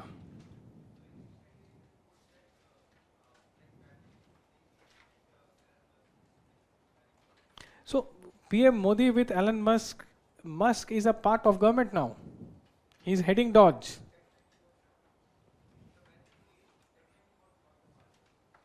कैसे नहीं थे अभी का पहले also he has met, I understand that, but see the PM being involved, so that would come under track 1.5 because PM is always part of government, right? Maybe Musk at that time previously was not part of government, so that was track 1.5. Okay, now when PM Modi meets Elon Musk, this is track 1 at work because Musk is a part of American government. He's heading Dodge. You all know that. What is Dodge? All of us know it. तो Trump ने एक department बना दिया है which is headed by Elon Musk, that is called Department of Government Efficiency. और Elon Musk ने सारे bureaucrats को बोला है कि हफ्ते भर में क्या करते हो एक मेल भेजो. US aid कहाँ कहाँ जा रहा है, they are trying to curb it. This is Elon Musk at work trying to do this. So now he's a part of government. And in US, President can appoint anyone without that anyone being a part of American Parliament. I hope you know this. Doctrine of pleasure, right? Any other question here? Let us see the online ones. Lot many questions are lined up. Think tanks come under which track? Again, it depends what that think tank is doing. Okay, and where that think tank is affiliated to. So if ORF is involved, heard of ORF? How many of you have heard of ORF? Observer Research Foundation. It's a joint initiative it takes with MEA to organize what is called Raisina Dialogue. अभी खत्म हुआ है.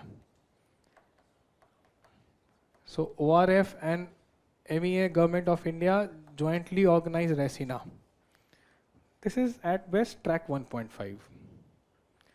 People are not directly part of government but are supported by the current government. Mr. Samin Saran is the chairperson. Sushant Sareen is a prominent speaker there. Now Sushant Sareen addresses IFS probationers in Mussoorie. Do you know this? And I have met these people few times. So he was saying I was mighty impressed with IFS probationers in Mussoorie. They know Indian foreign policy is in great hands. I was like, इतना answer writing करके पहुंचे हैं, पता तो होगा ही सब. So again, who will go there? Someone who is in the good books of the government. So ORF is not directly government, but supported by the current government. Same, you have Vivekanand Foundation. These are current prominent think tanks. So it entirely depends on what the think tank is doing and where the backing is coming from, where the funding is coming from. Amartya Sen come under track 4. He will come nowhere, but he will be part of track 2 if he tries to influence foreign policy. He has tried, but the current government has not paid heed. In fact, the previous government, which he was more friendly with, he is very critical of Modi government. He was more friendly to Manmohan Singh's government, and he was very critical that why is India engaging with Myanmar? You know what he said? That remember what happened in Latin America when America was supporting the dictators? When the dictators, he rightly said that dictators have a shelf life. No dictator is there for eternity. Qayamat tak koi dictator nahi rahega. They will be replaced. When the democratic government comes, they will hold a grudge against those countries who supported them. Neither Dr. Singh listened to him, nor Mr. Modi is listening to him. But if he tries to do that, because he is prominent, he will come under track 2. Then we have this. How can India have significant soft power when the diplomatic staff is so less? And also, can you please suggest some recommendation where the villain is Chinese in Hollywood? Yashwardhan, I can give you so many recommendations, but let us not go there, recommending movies. Definitely someday I'll give you, in class only, some good books and some good movies to read. Then significant soft power when diplomatic staff is less. So soft power is not directly done by diplomats. Okay, MEA, yes, it has a crunch, you are right.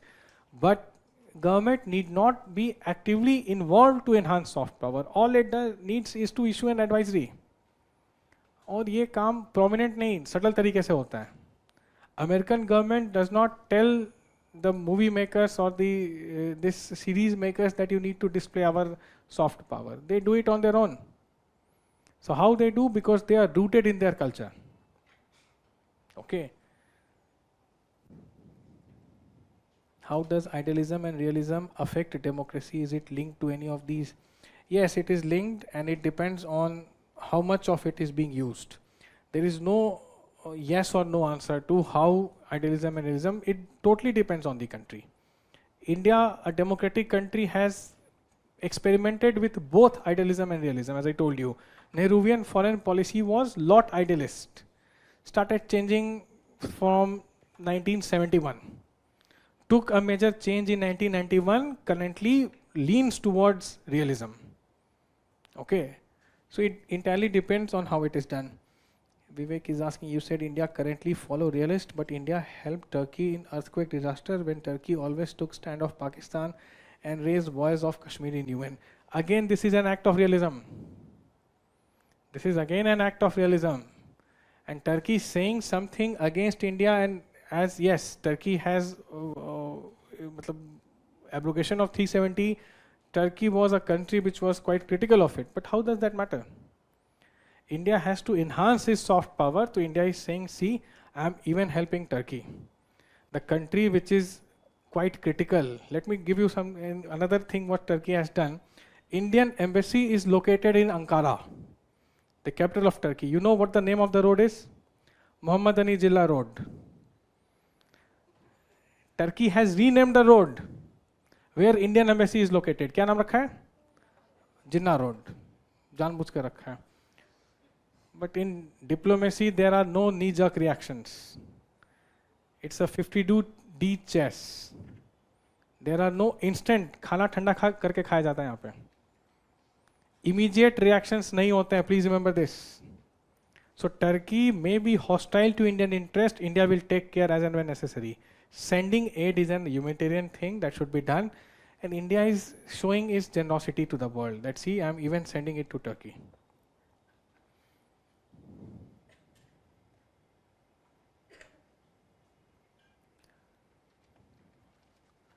What way media is involved? Media will give space. Media will allow the Prime Minister and foreign ministers to write articles. Media will issue advertorials, as I told you. Chinese always book 2 pages in our newspapers. That cost them lakhs of rupees.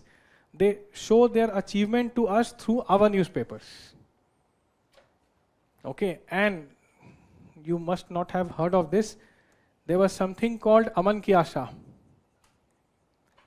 How many of you know about this? This was a joint initiative taken by Times of India and Jung Group. Jung is the prominent news media house in Pakistan.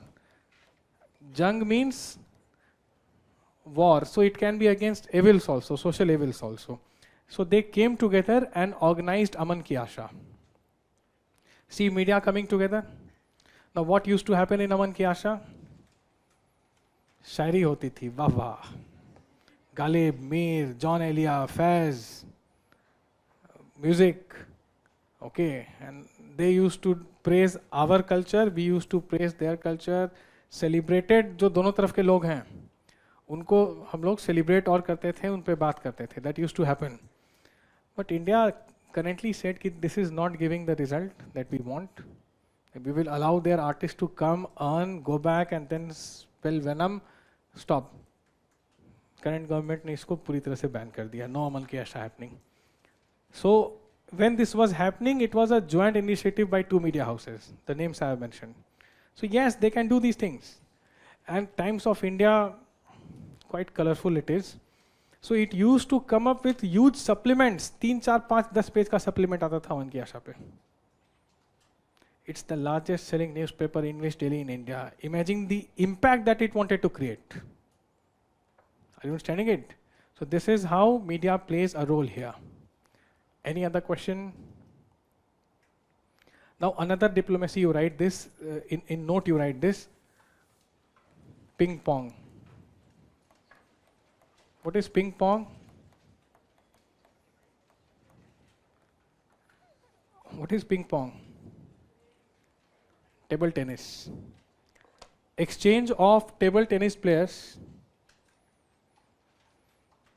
Exchange of table tennis players between China and US.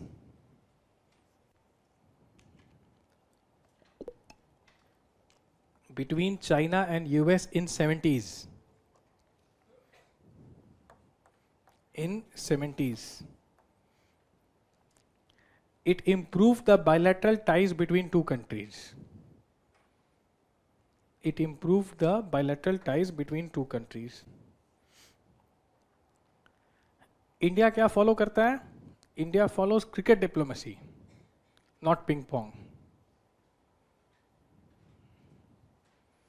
So US and China were having no ties until 50s and 60s, but in 70s it became impossible for US to ignore China. So they said कि let us start with table tennis. So American team visited China, Chinese team came to US, and then the diplomatic ties started. This is ping pong diplomacy. Sports being used here. Ping pong is what? Sports being used. So India follows cricket diplomacy. और तो कोई sports आता नहीं हम लोगों को. Right? We have trained Afghanistan. Train तो बांग्लादेश को भी किया था. Yes, it was Jagmohan Dalmia who, under whose presidency of ICC, Bangladesh became a test playing nation. Players like Rahul Dravid used to give kits to these people of Bangladesh. So Afghanistan also India has trained. Cricket diplomacy is happening here. New Zealand PM came and he said something about cricket. So this is again Indian version of ping pong, where not table tennis but cricket is being used. Any questions we have? Now write about elements of foreign policy.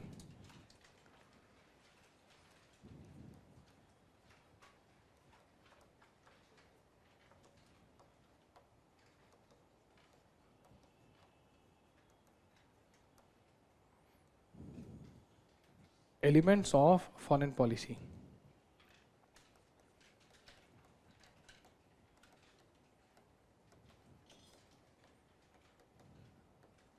First one, territories size. Territories size. Size influences the operational size influences the operational and psychological environment within which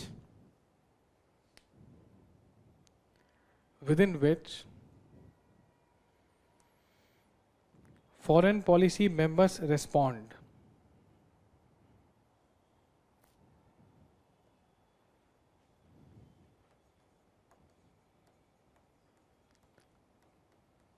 Ruder Fijloon has used the term geopolitics. Fijloon has used the term geopolitics, that is impact of geography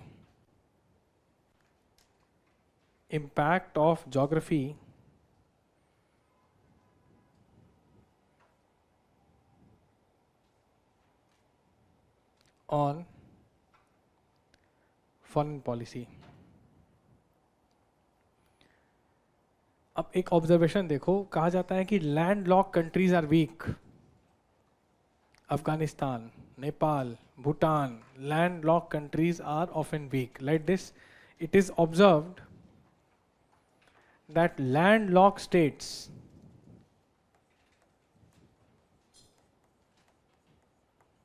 or landlocked countries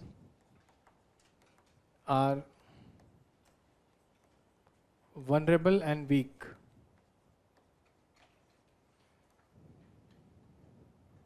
And a country with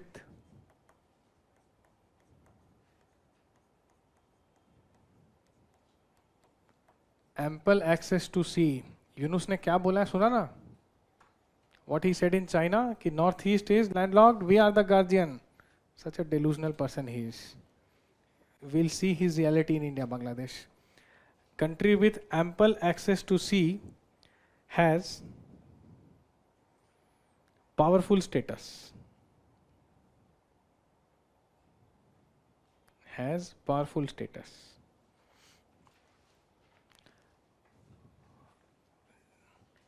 Second point you add here, the geographical factors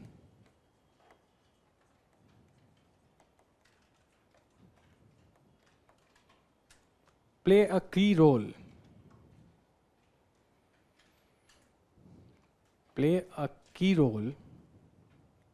in enhancing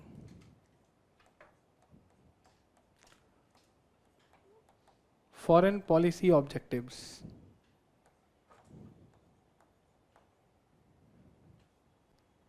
For example,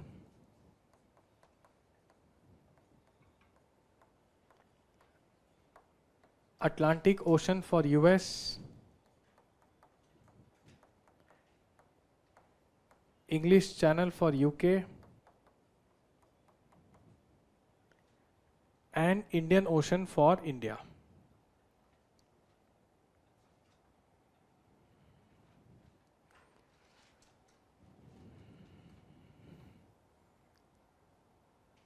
So when you have access, so Britain was the most powerful country some 300 years ago because of its access to English Channel. That was having a big role to play. England is perennially connected to rivers and through English Channel also. Okay, so because of this, it allowed them a lot of diplomatic maneuvering, which otherwise would not have happened. यहाँ तक आया समझ में? Third, level of economic development.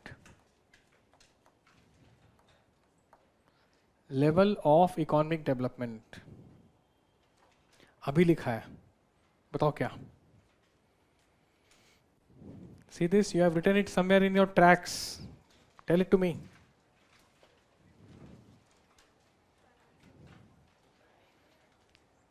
To which country?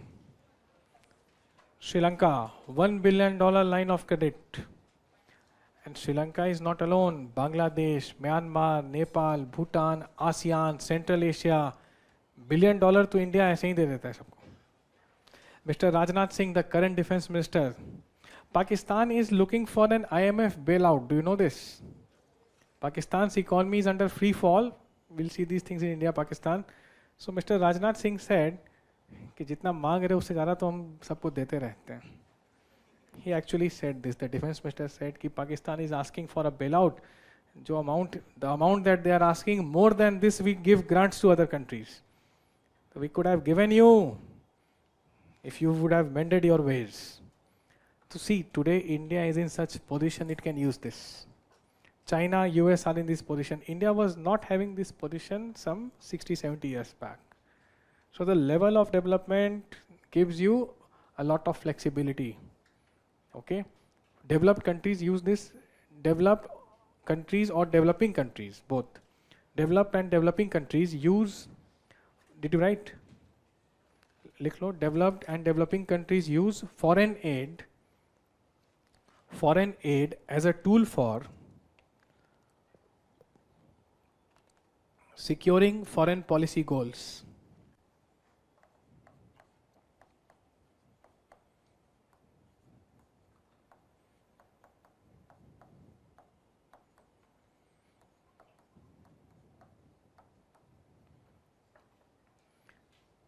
Securing foreign policy goals. Fourth one,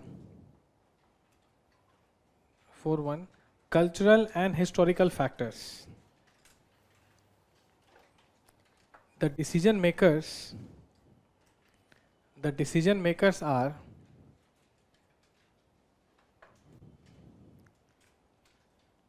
Prabhat is saying that geopolitics was coined by Kijlen. Prabhat, I will check and revert to you tomorrow. Maybe you are right. Let me check it. What you wrote? Are governed by their cultural links and historical traditions. Cultural links and historical traditions. What was the India's motto of G20 presidency in Delhi? You all know it. Vasudhaiv Kutumbakam. You see the impact of Indian culture here? That's it. Then next point would be social structure. Social structure. Society characterized by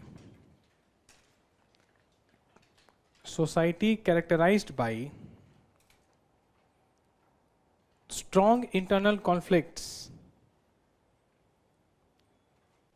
Strong internal conflicts will act as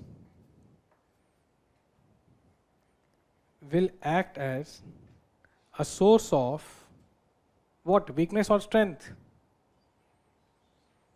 Source of weakness for foreign policy. Source of weakness for foreign policy.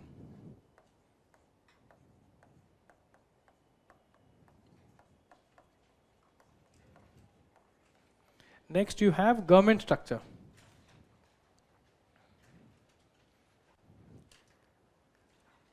A centralized and authoritarian system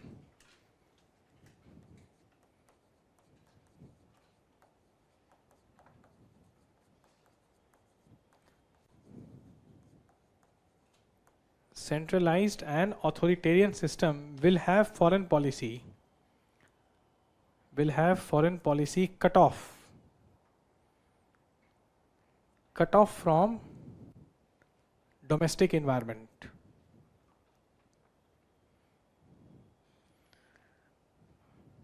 So what is authoritarian system, you understand?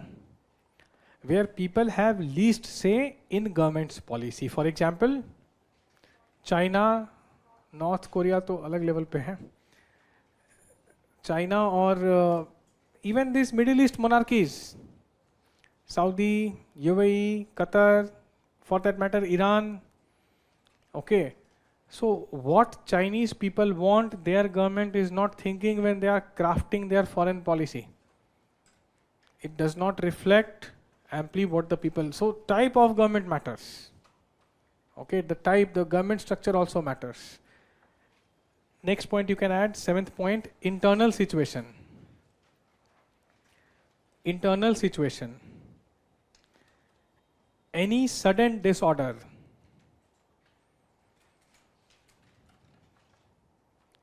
Any sudden disorder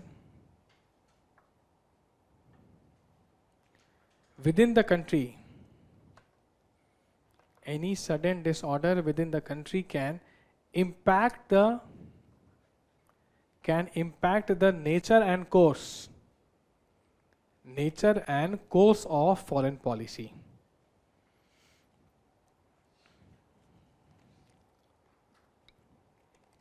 So see the way USSR disintegrated in 1991, immediately the Cold War entire policy of USSR changed. Russia emerged and Russia had to adjust for at least 10 years. Similarly, 1991, India was, I hope you know this, on the verge of defaulting its loan. The balance of payment crisis was looming. Sona girvi rakha gaya, aisa malum hai na? So when this was happening, not only economic policy changed, the foreign policy also changed. India under Prime Minister Narasimha Rao started what is called a de-hyphenation of foreign policy. Details we'll see later on. But what environment, what type of situation country is facing, what are the challenges they are facing, this will also decide foreign policy. Okay.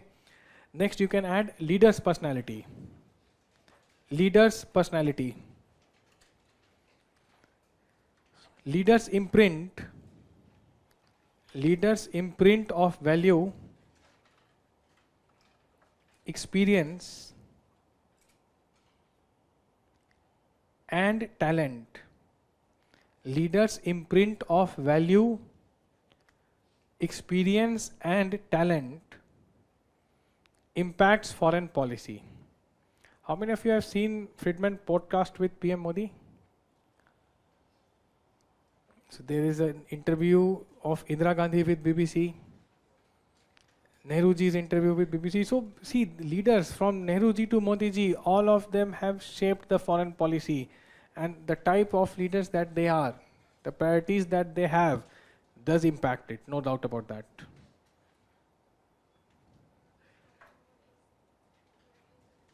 Which one? Okay. So all these things you can fix. Okay. Is it too cold? People sitting right under it may feel it. Or is it hot? Ab batao. I am reminded of Mr. Amitabh Kant. Heard of him? Who is he? G20 Sherpa, CEO of Niti Aayog and one of the favorite IAS officers of the current government. He rightly said that too much democracy is harming India. Do you know this? He said this, that too much democracy is harming India. Now, next one, ideology. Ideology. There is always ideological content, a certain ideological content in foreign policy.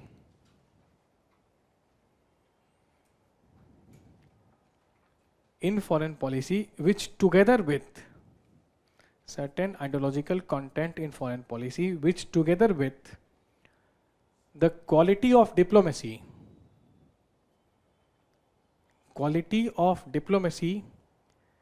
impacts the efficiency of foreign policy, which together with quality of diplomacy impacts the efficiency of foreign policy.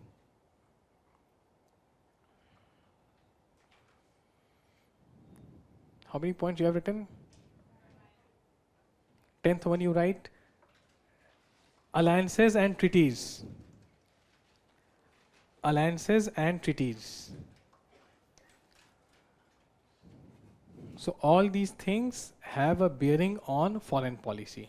Any country, not only India. Any question till now?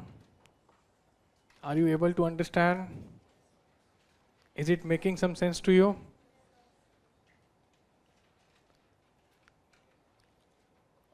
Doubts hai koi? Now let us try to understand the current world order, and then we will come to objective and principles of Indian foreign policy. So current world order that you see, the current order that has emerged, as I told you, IR itself is a very recent phenomena after First World War. In fact, nation states कब emerge हुए हैं?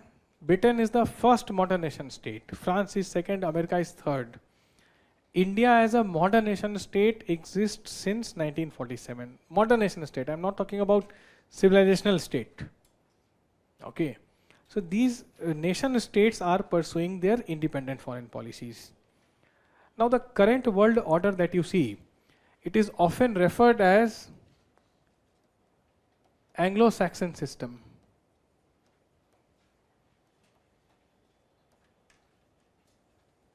What is this Anglo-Saxon system? This emerged after Second World War under the leadership of US and its allies.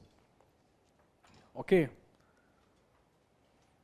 It emerged after Second World War, after the leadership of US and its allies.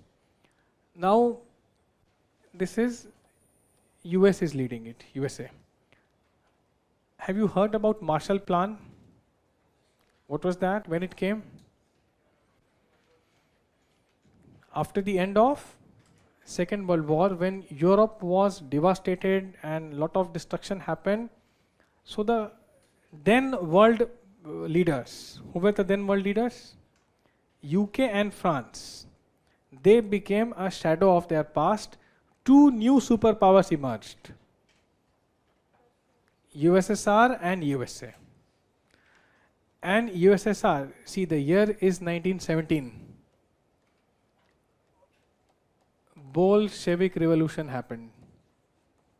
For the first time, Karl Marx writing were put to practical by Vladimir Ulyanov Lenin.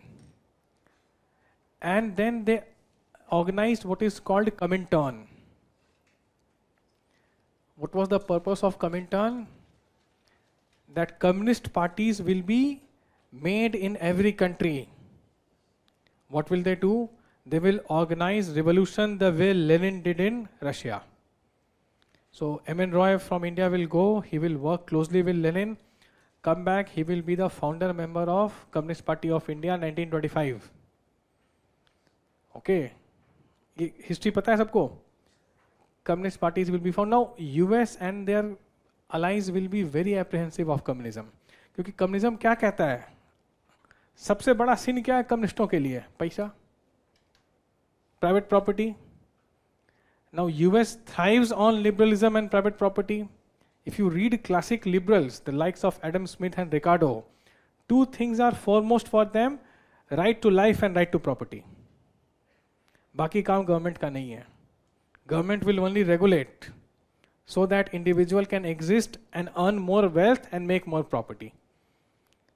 सब चीज का सरकारीकरण नहीं होगा. There will be no nationalization, unlike what the communists say. So there was an ideological tinge in their economic order, right? So Cold War will start. Just after the Second World War, Cold War will start. And what will happen here?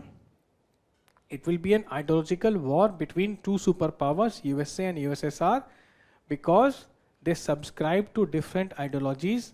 USA was subscribing to capitalism and democracy. Soviet was socialism and communism. Any problem till here? Are you understanding this? Are you able to relate? People at the back, please ask me if you have doubts. Now after this, what will happen? Soviet will collapse in 1991. And when Soviet will collapse, Francis Fukuyama will write an essay. What is that essay? Quite famous one it is.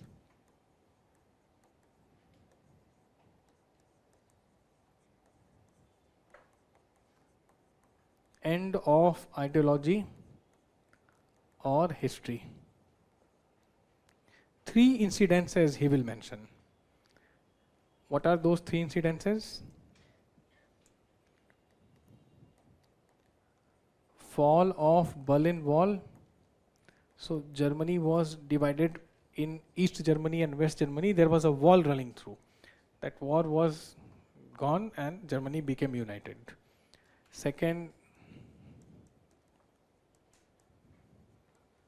Failure of Warsaw Pact. So just like US had NATO, Soviet had Warsaw Pact. Soviet and its military allies.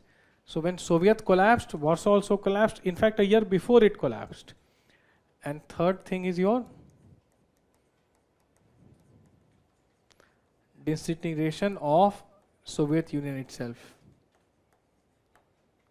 These three incidences made Fukuyama again a very foremost political scientist of our times. Now what is he saying because of these three things? That the liberal capitalist democratic order has won. The model which USA subscribed with, democratic, capitalist and liberal. So they have defeated communists and socialists.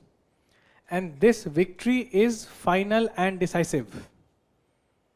अब कोई नई ideology नहीं आने वाली है. Ideologies are over. The left has lost. The democratic liberals and capitalists have won, and this is final. This is irreversible. Who is saying this? Fukuyama. Why? Because of these three world-shaking events. They were no ordinary events. They happened in 3 years, 2 to 3 years. तो अब ideological wars नहीं होंगे. Any question till here? What is his essay based on the three incidences? Any issue in the isms that I am using, liberalism, socialism, communism, ये सब तो पता होगा? Sure? Now, he was countered by Samuel Huntington, Harvard professor, Samuel P. Huntington. He came up with what is called clash of civilization.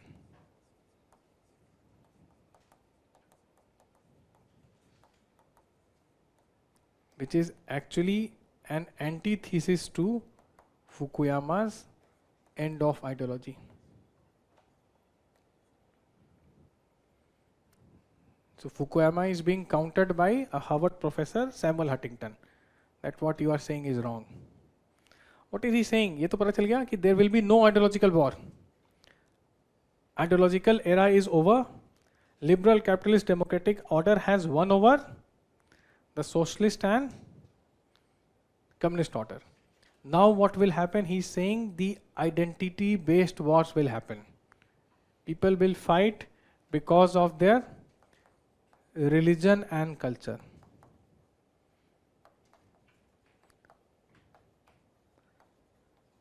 So it is wrong to say that wars are over. Maybe ideological wars are over, but religious, cultures, identity based wars will always happen. Whom do you think is right? Huntington or Fukuyama? You see what's happening because of? Can you explain Russia-Ukraine war on religion, on culture? Again, ethnicity is involved there. So that is again an identity. We will discuss Russia-Ukraine, then you will know why I'm saying ethnicity is involved. So war to ho rahe hain. Right? Now, this is 90s that we are talking about. These developments are of 90s. Now after this, another event happened in 2014. Russia annexed Crimea. Okay. What happened? Russia annexed Crimea. And the world order started to change from this year. 14 is a very significant year because of this incidents. So where is Crimea? Why Russia annexed it? The details we will study in India. Russia not here. I'm just explaining you the current world order. Now American President Obama was there, so he was very angry. What he did, Obama expelled Russia from G8. Today it is G7, right? Expelled Russia from G8. ये बन गया G7. Now Vladimir Putin, in IR some section refers to him as master strategist. Now whether he is one, we need to wait for India, Russia and India, West Asia. There you will see what all he did in Libya, in Syria, and in Russia itself. So he came in 1999. This is 2025. He is winning and there is no one who can defeat him. He is actually having a monopoly. When Modi ji won for the third time, there was a meme that Putin is smiling. And it was written, so you have won again. Cute Narendra, cute. Okay. Because Putin cannot be defeated. He has ensured this. He has altered the constitution and polity of Russia. He has totally taken care of the mining mafias, firmly in control. He has his own disciple Medvedev, who is second in command, Dmitry Medvedev. So you cannot just marginalize this person. Now he is asserting. How is he asserting? By taking control of Crimea, and then he is being expelled from G8. USA asks France and Britain not to have trade relations with Russia. Reduce your ties. So what are you doing? You are marginalizing Russia. You are trying to marginalize or isolate Russia. But an isolated Russia will come close to China.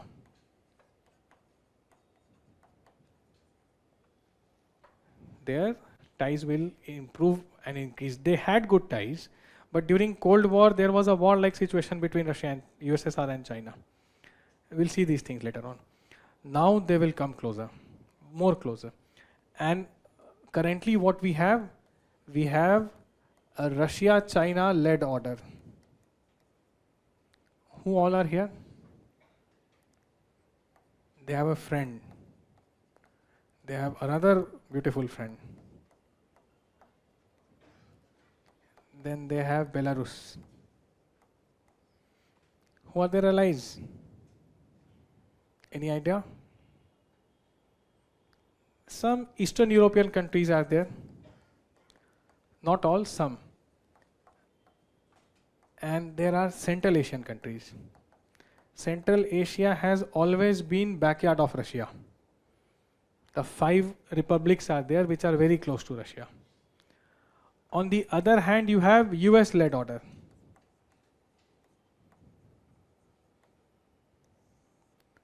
इधर कौन-कौन है? You know the names? Let us cut it short. Western Europe, Australia, Japan, Israel, South Korea. Which sides look stronger? कौन जीतेगा? What makes you say so? Russia and China coming together, do you realize what is happening? Russia still is a great power. How do you define a great power? Solely by its military capabilities. The kind of arsenal, the nuclear arsenal that Russia has is unparalleled. It has the only icebreaker nuclear powered submarine fleet. Submarine, ship fleet. Lenin naam hai uska.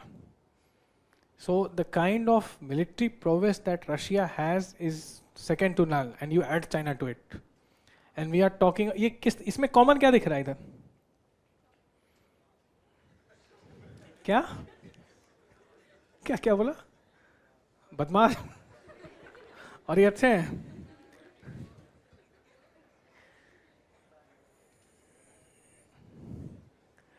Yes. What kind of regimes they are?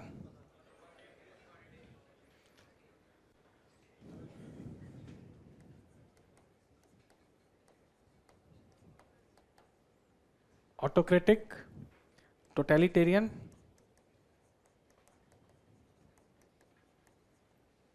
इधर क्या common है? They all are democratic. So you cannot say that US is stronger because Russia, China, and then these autocratic regimes coming together is very dangerous. So which side is stronger? Again, we are not sure of it. That's why we will decide.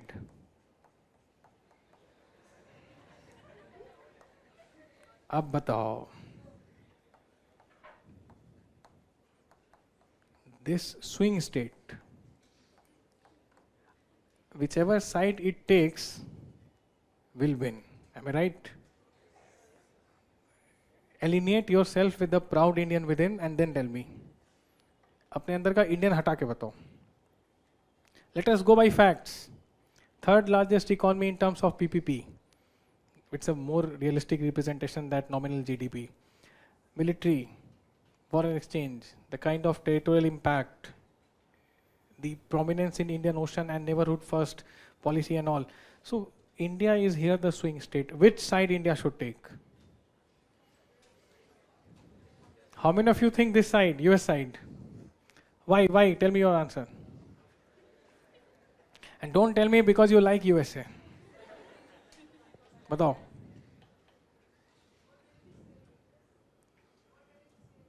More benefits. Okay. And any, yes. Standing on the side of democracy is not a consideration in foreign policy. Any other reason? This side, why? बताओ बताओ. Why? Why should stand here? See, both sides have their demerits. इनके साथ क्या problem है पता है? They are interventionist and preachy. अभी एक रिपोर्ट आएगी ह्यूमन राइट्स वाली. कहाँ से आएगी? हार्वर्ड यूनिवर्सिटी से. ओके, यूएस एड आएगा ह्यूमन राइट के कमीशन से. इनके America operates through these hydra headed these different parts. कि इंडिया में एक टर्म इन्होंने कॉइन किया, डेमोक्रेटिक बैकस्लाइडिंग हो रही है. इलेक्ट्रल ऑटोक्रेसी, पता नहीं कहाँ से ऐसे terms. What is, how is it autocracy if it is electoral? It's like saying happily married. It's an oxymoron, right? So how can electoral and autocracy coexist in the same sentence? So they will release these reports. They will say when Dr. Singh was Prime Minister and India was having ties with वो तो दूसरा था. Like, you know what Prime Minister was asked by American President? Allow Amnesty International. Heard of this Amnesty? अब दुकान बंद हो चुकी है thanks to FCRA. So allow Amnesty International to probe violation of human rights in India. Dr. Singh rightly said, who is Amnesty? क्या writ है Amnesty का India में? If human right is being violated, it will be probed by our independent judiciary. You are insulting a sovereign country and our independent courts. We will never allow Amnesty to come and probe. तो ये अलग अलग arms है US के जो बात बात पे ये बात करते हैं. Dare you exercise your strategic autonomy, dare you not criticize Russia, these reports will increase. इधर कोई बोलता है आपके यहाँ ह्यूमन राइट वायलेट हो रहा है? कभी सुना? Ever heard? China saying, North Korea saying, what are you doing, dude? You are violating human. नहीं बोलते हैं. But the problem with this side is, this is too Machiavellian. Machiavelli का नाम सुना है? So Machiavelli is called the father of realpolitik. Very crude. Too crude. Too crude for India. India के साथ gel well नहीं कर पाएंगे. They will not be able to operate together because the economic political system is completely different. Which side India should choose? None. That's why it's a swing state. Why to take, at times not taking a stand is also a stand. Please understand this. So India will participate in I2U2, IMEC and Quad. And it will participate in SCO, BRICS, and have very close ties with Russia also. So this is the test of Indian diplomacy. It's walking a very tight rope. The world is polarized. Till now, India has managed well. The Chile president said this yesterday, that PM Modi is unique. He talks to everyone. He meets Putin, then he meets Zelensky, then he meets Xi Jinping also and Trump also. And he has good ties. So that is what a swing state does. No need to take either of the side. Do what suits your interest. And in such multipolar times, अभी multipolarity आ गई है दुनिया में, different power centers have emerged. The best thing is to pursue your national interest.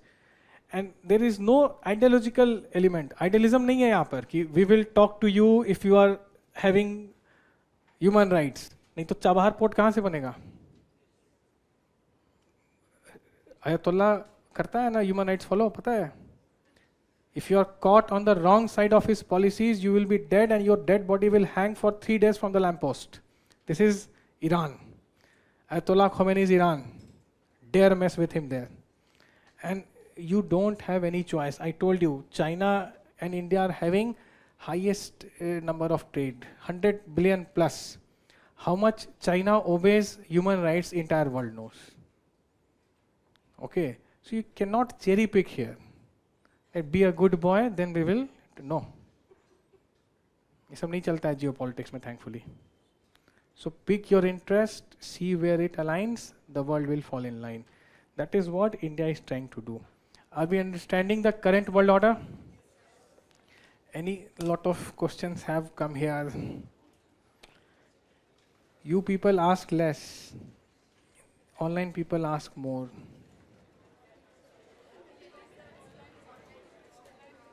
What? यहाँ वाले भी ऐसे ही भेज रहे हैं. So you have opened it or what? अरे साक्षात खड़े हैं हम. You can ask me. So first listen carefully. Territorial size. What concept is being used? How territory, size of territory impacts. So see the map of India. It shares border on the western side with Pakistan. If POK is a part of India, India will be able to share borders with Afghanistan. You will have access to Central Asia through that. Right hand side, you have LSA with China. Please listen. Then Myanmar, through your 4 northeastern states, shares border with Myanmar, which is important for India's Act East policy. Then access to the 3 seas because of the huge coastline, the western and the southern India and some parts of eastern India. Indian Ocean, Bay of Bengal and Indian Ocean and Arabian Sea. So this is what size does. A small country may not be able to have this impact. Okay.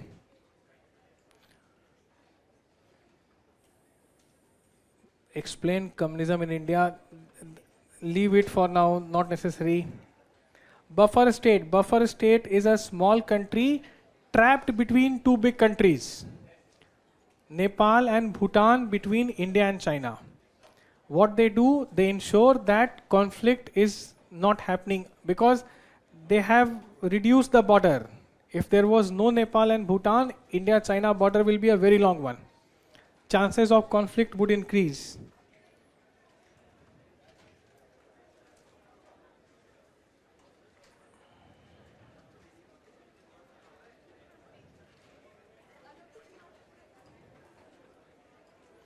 Anglo-Saxon system is the system which emerged after Second World War, led by US and its allies.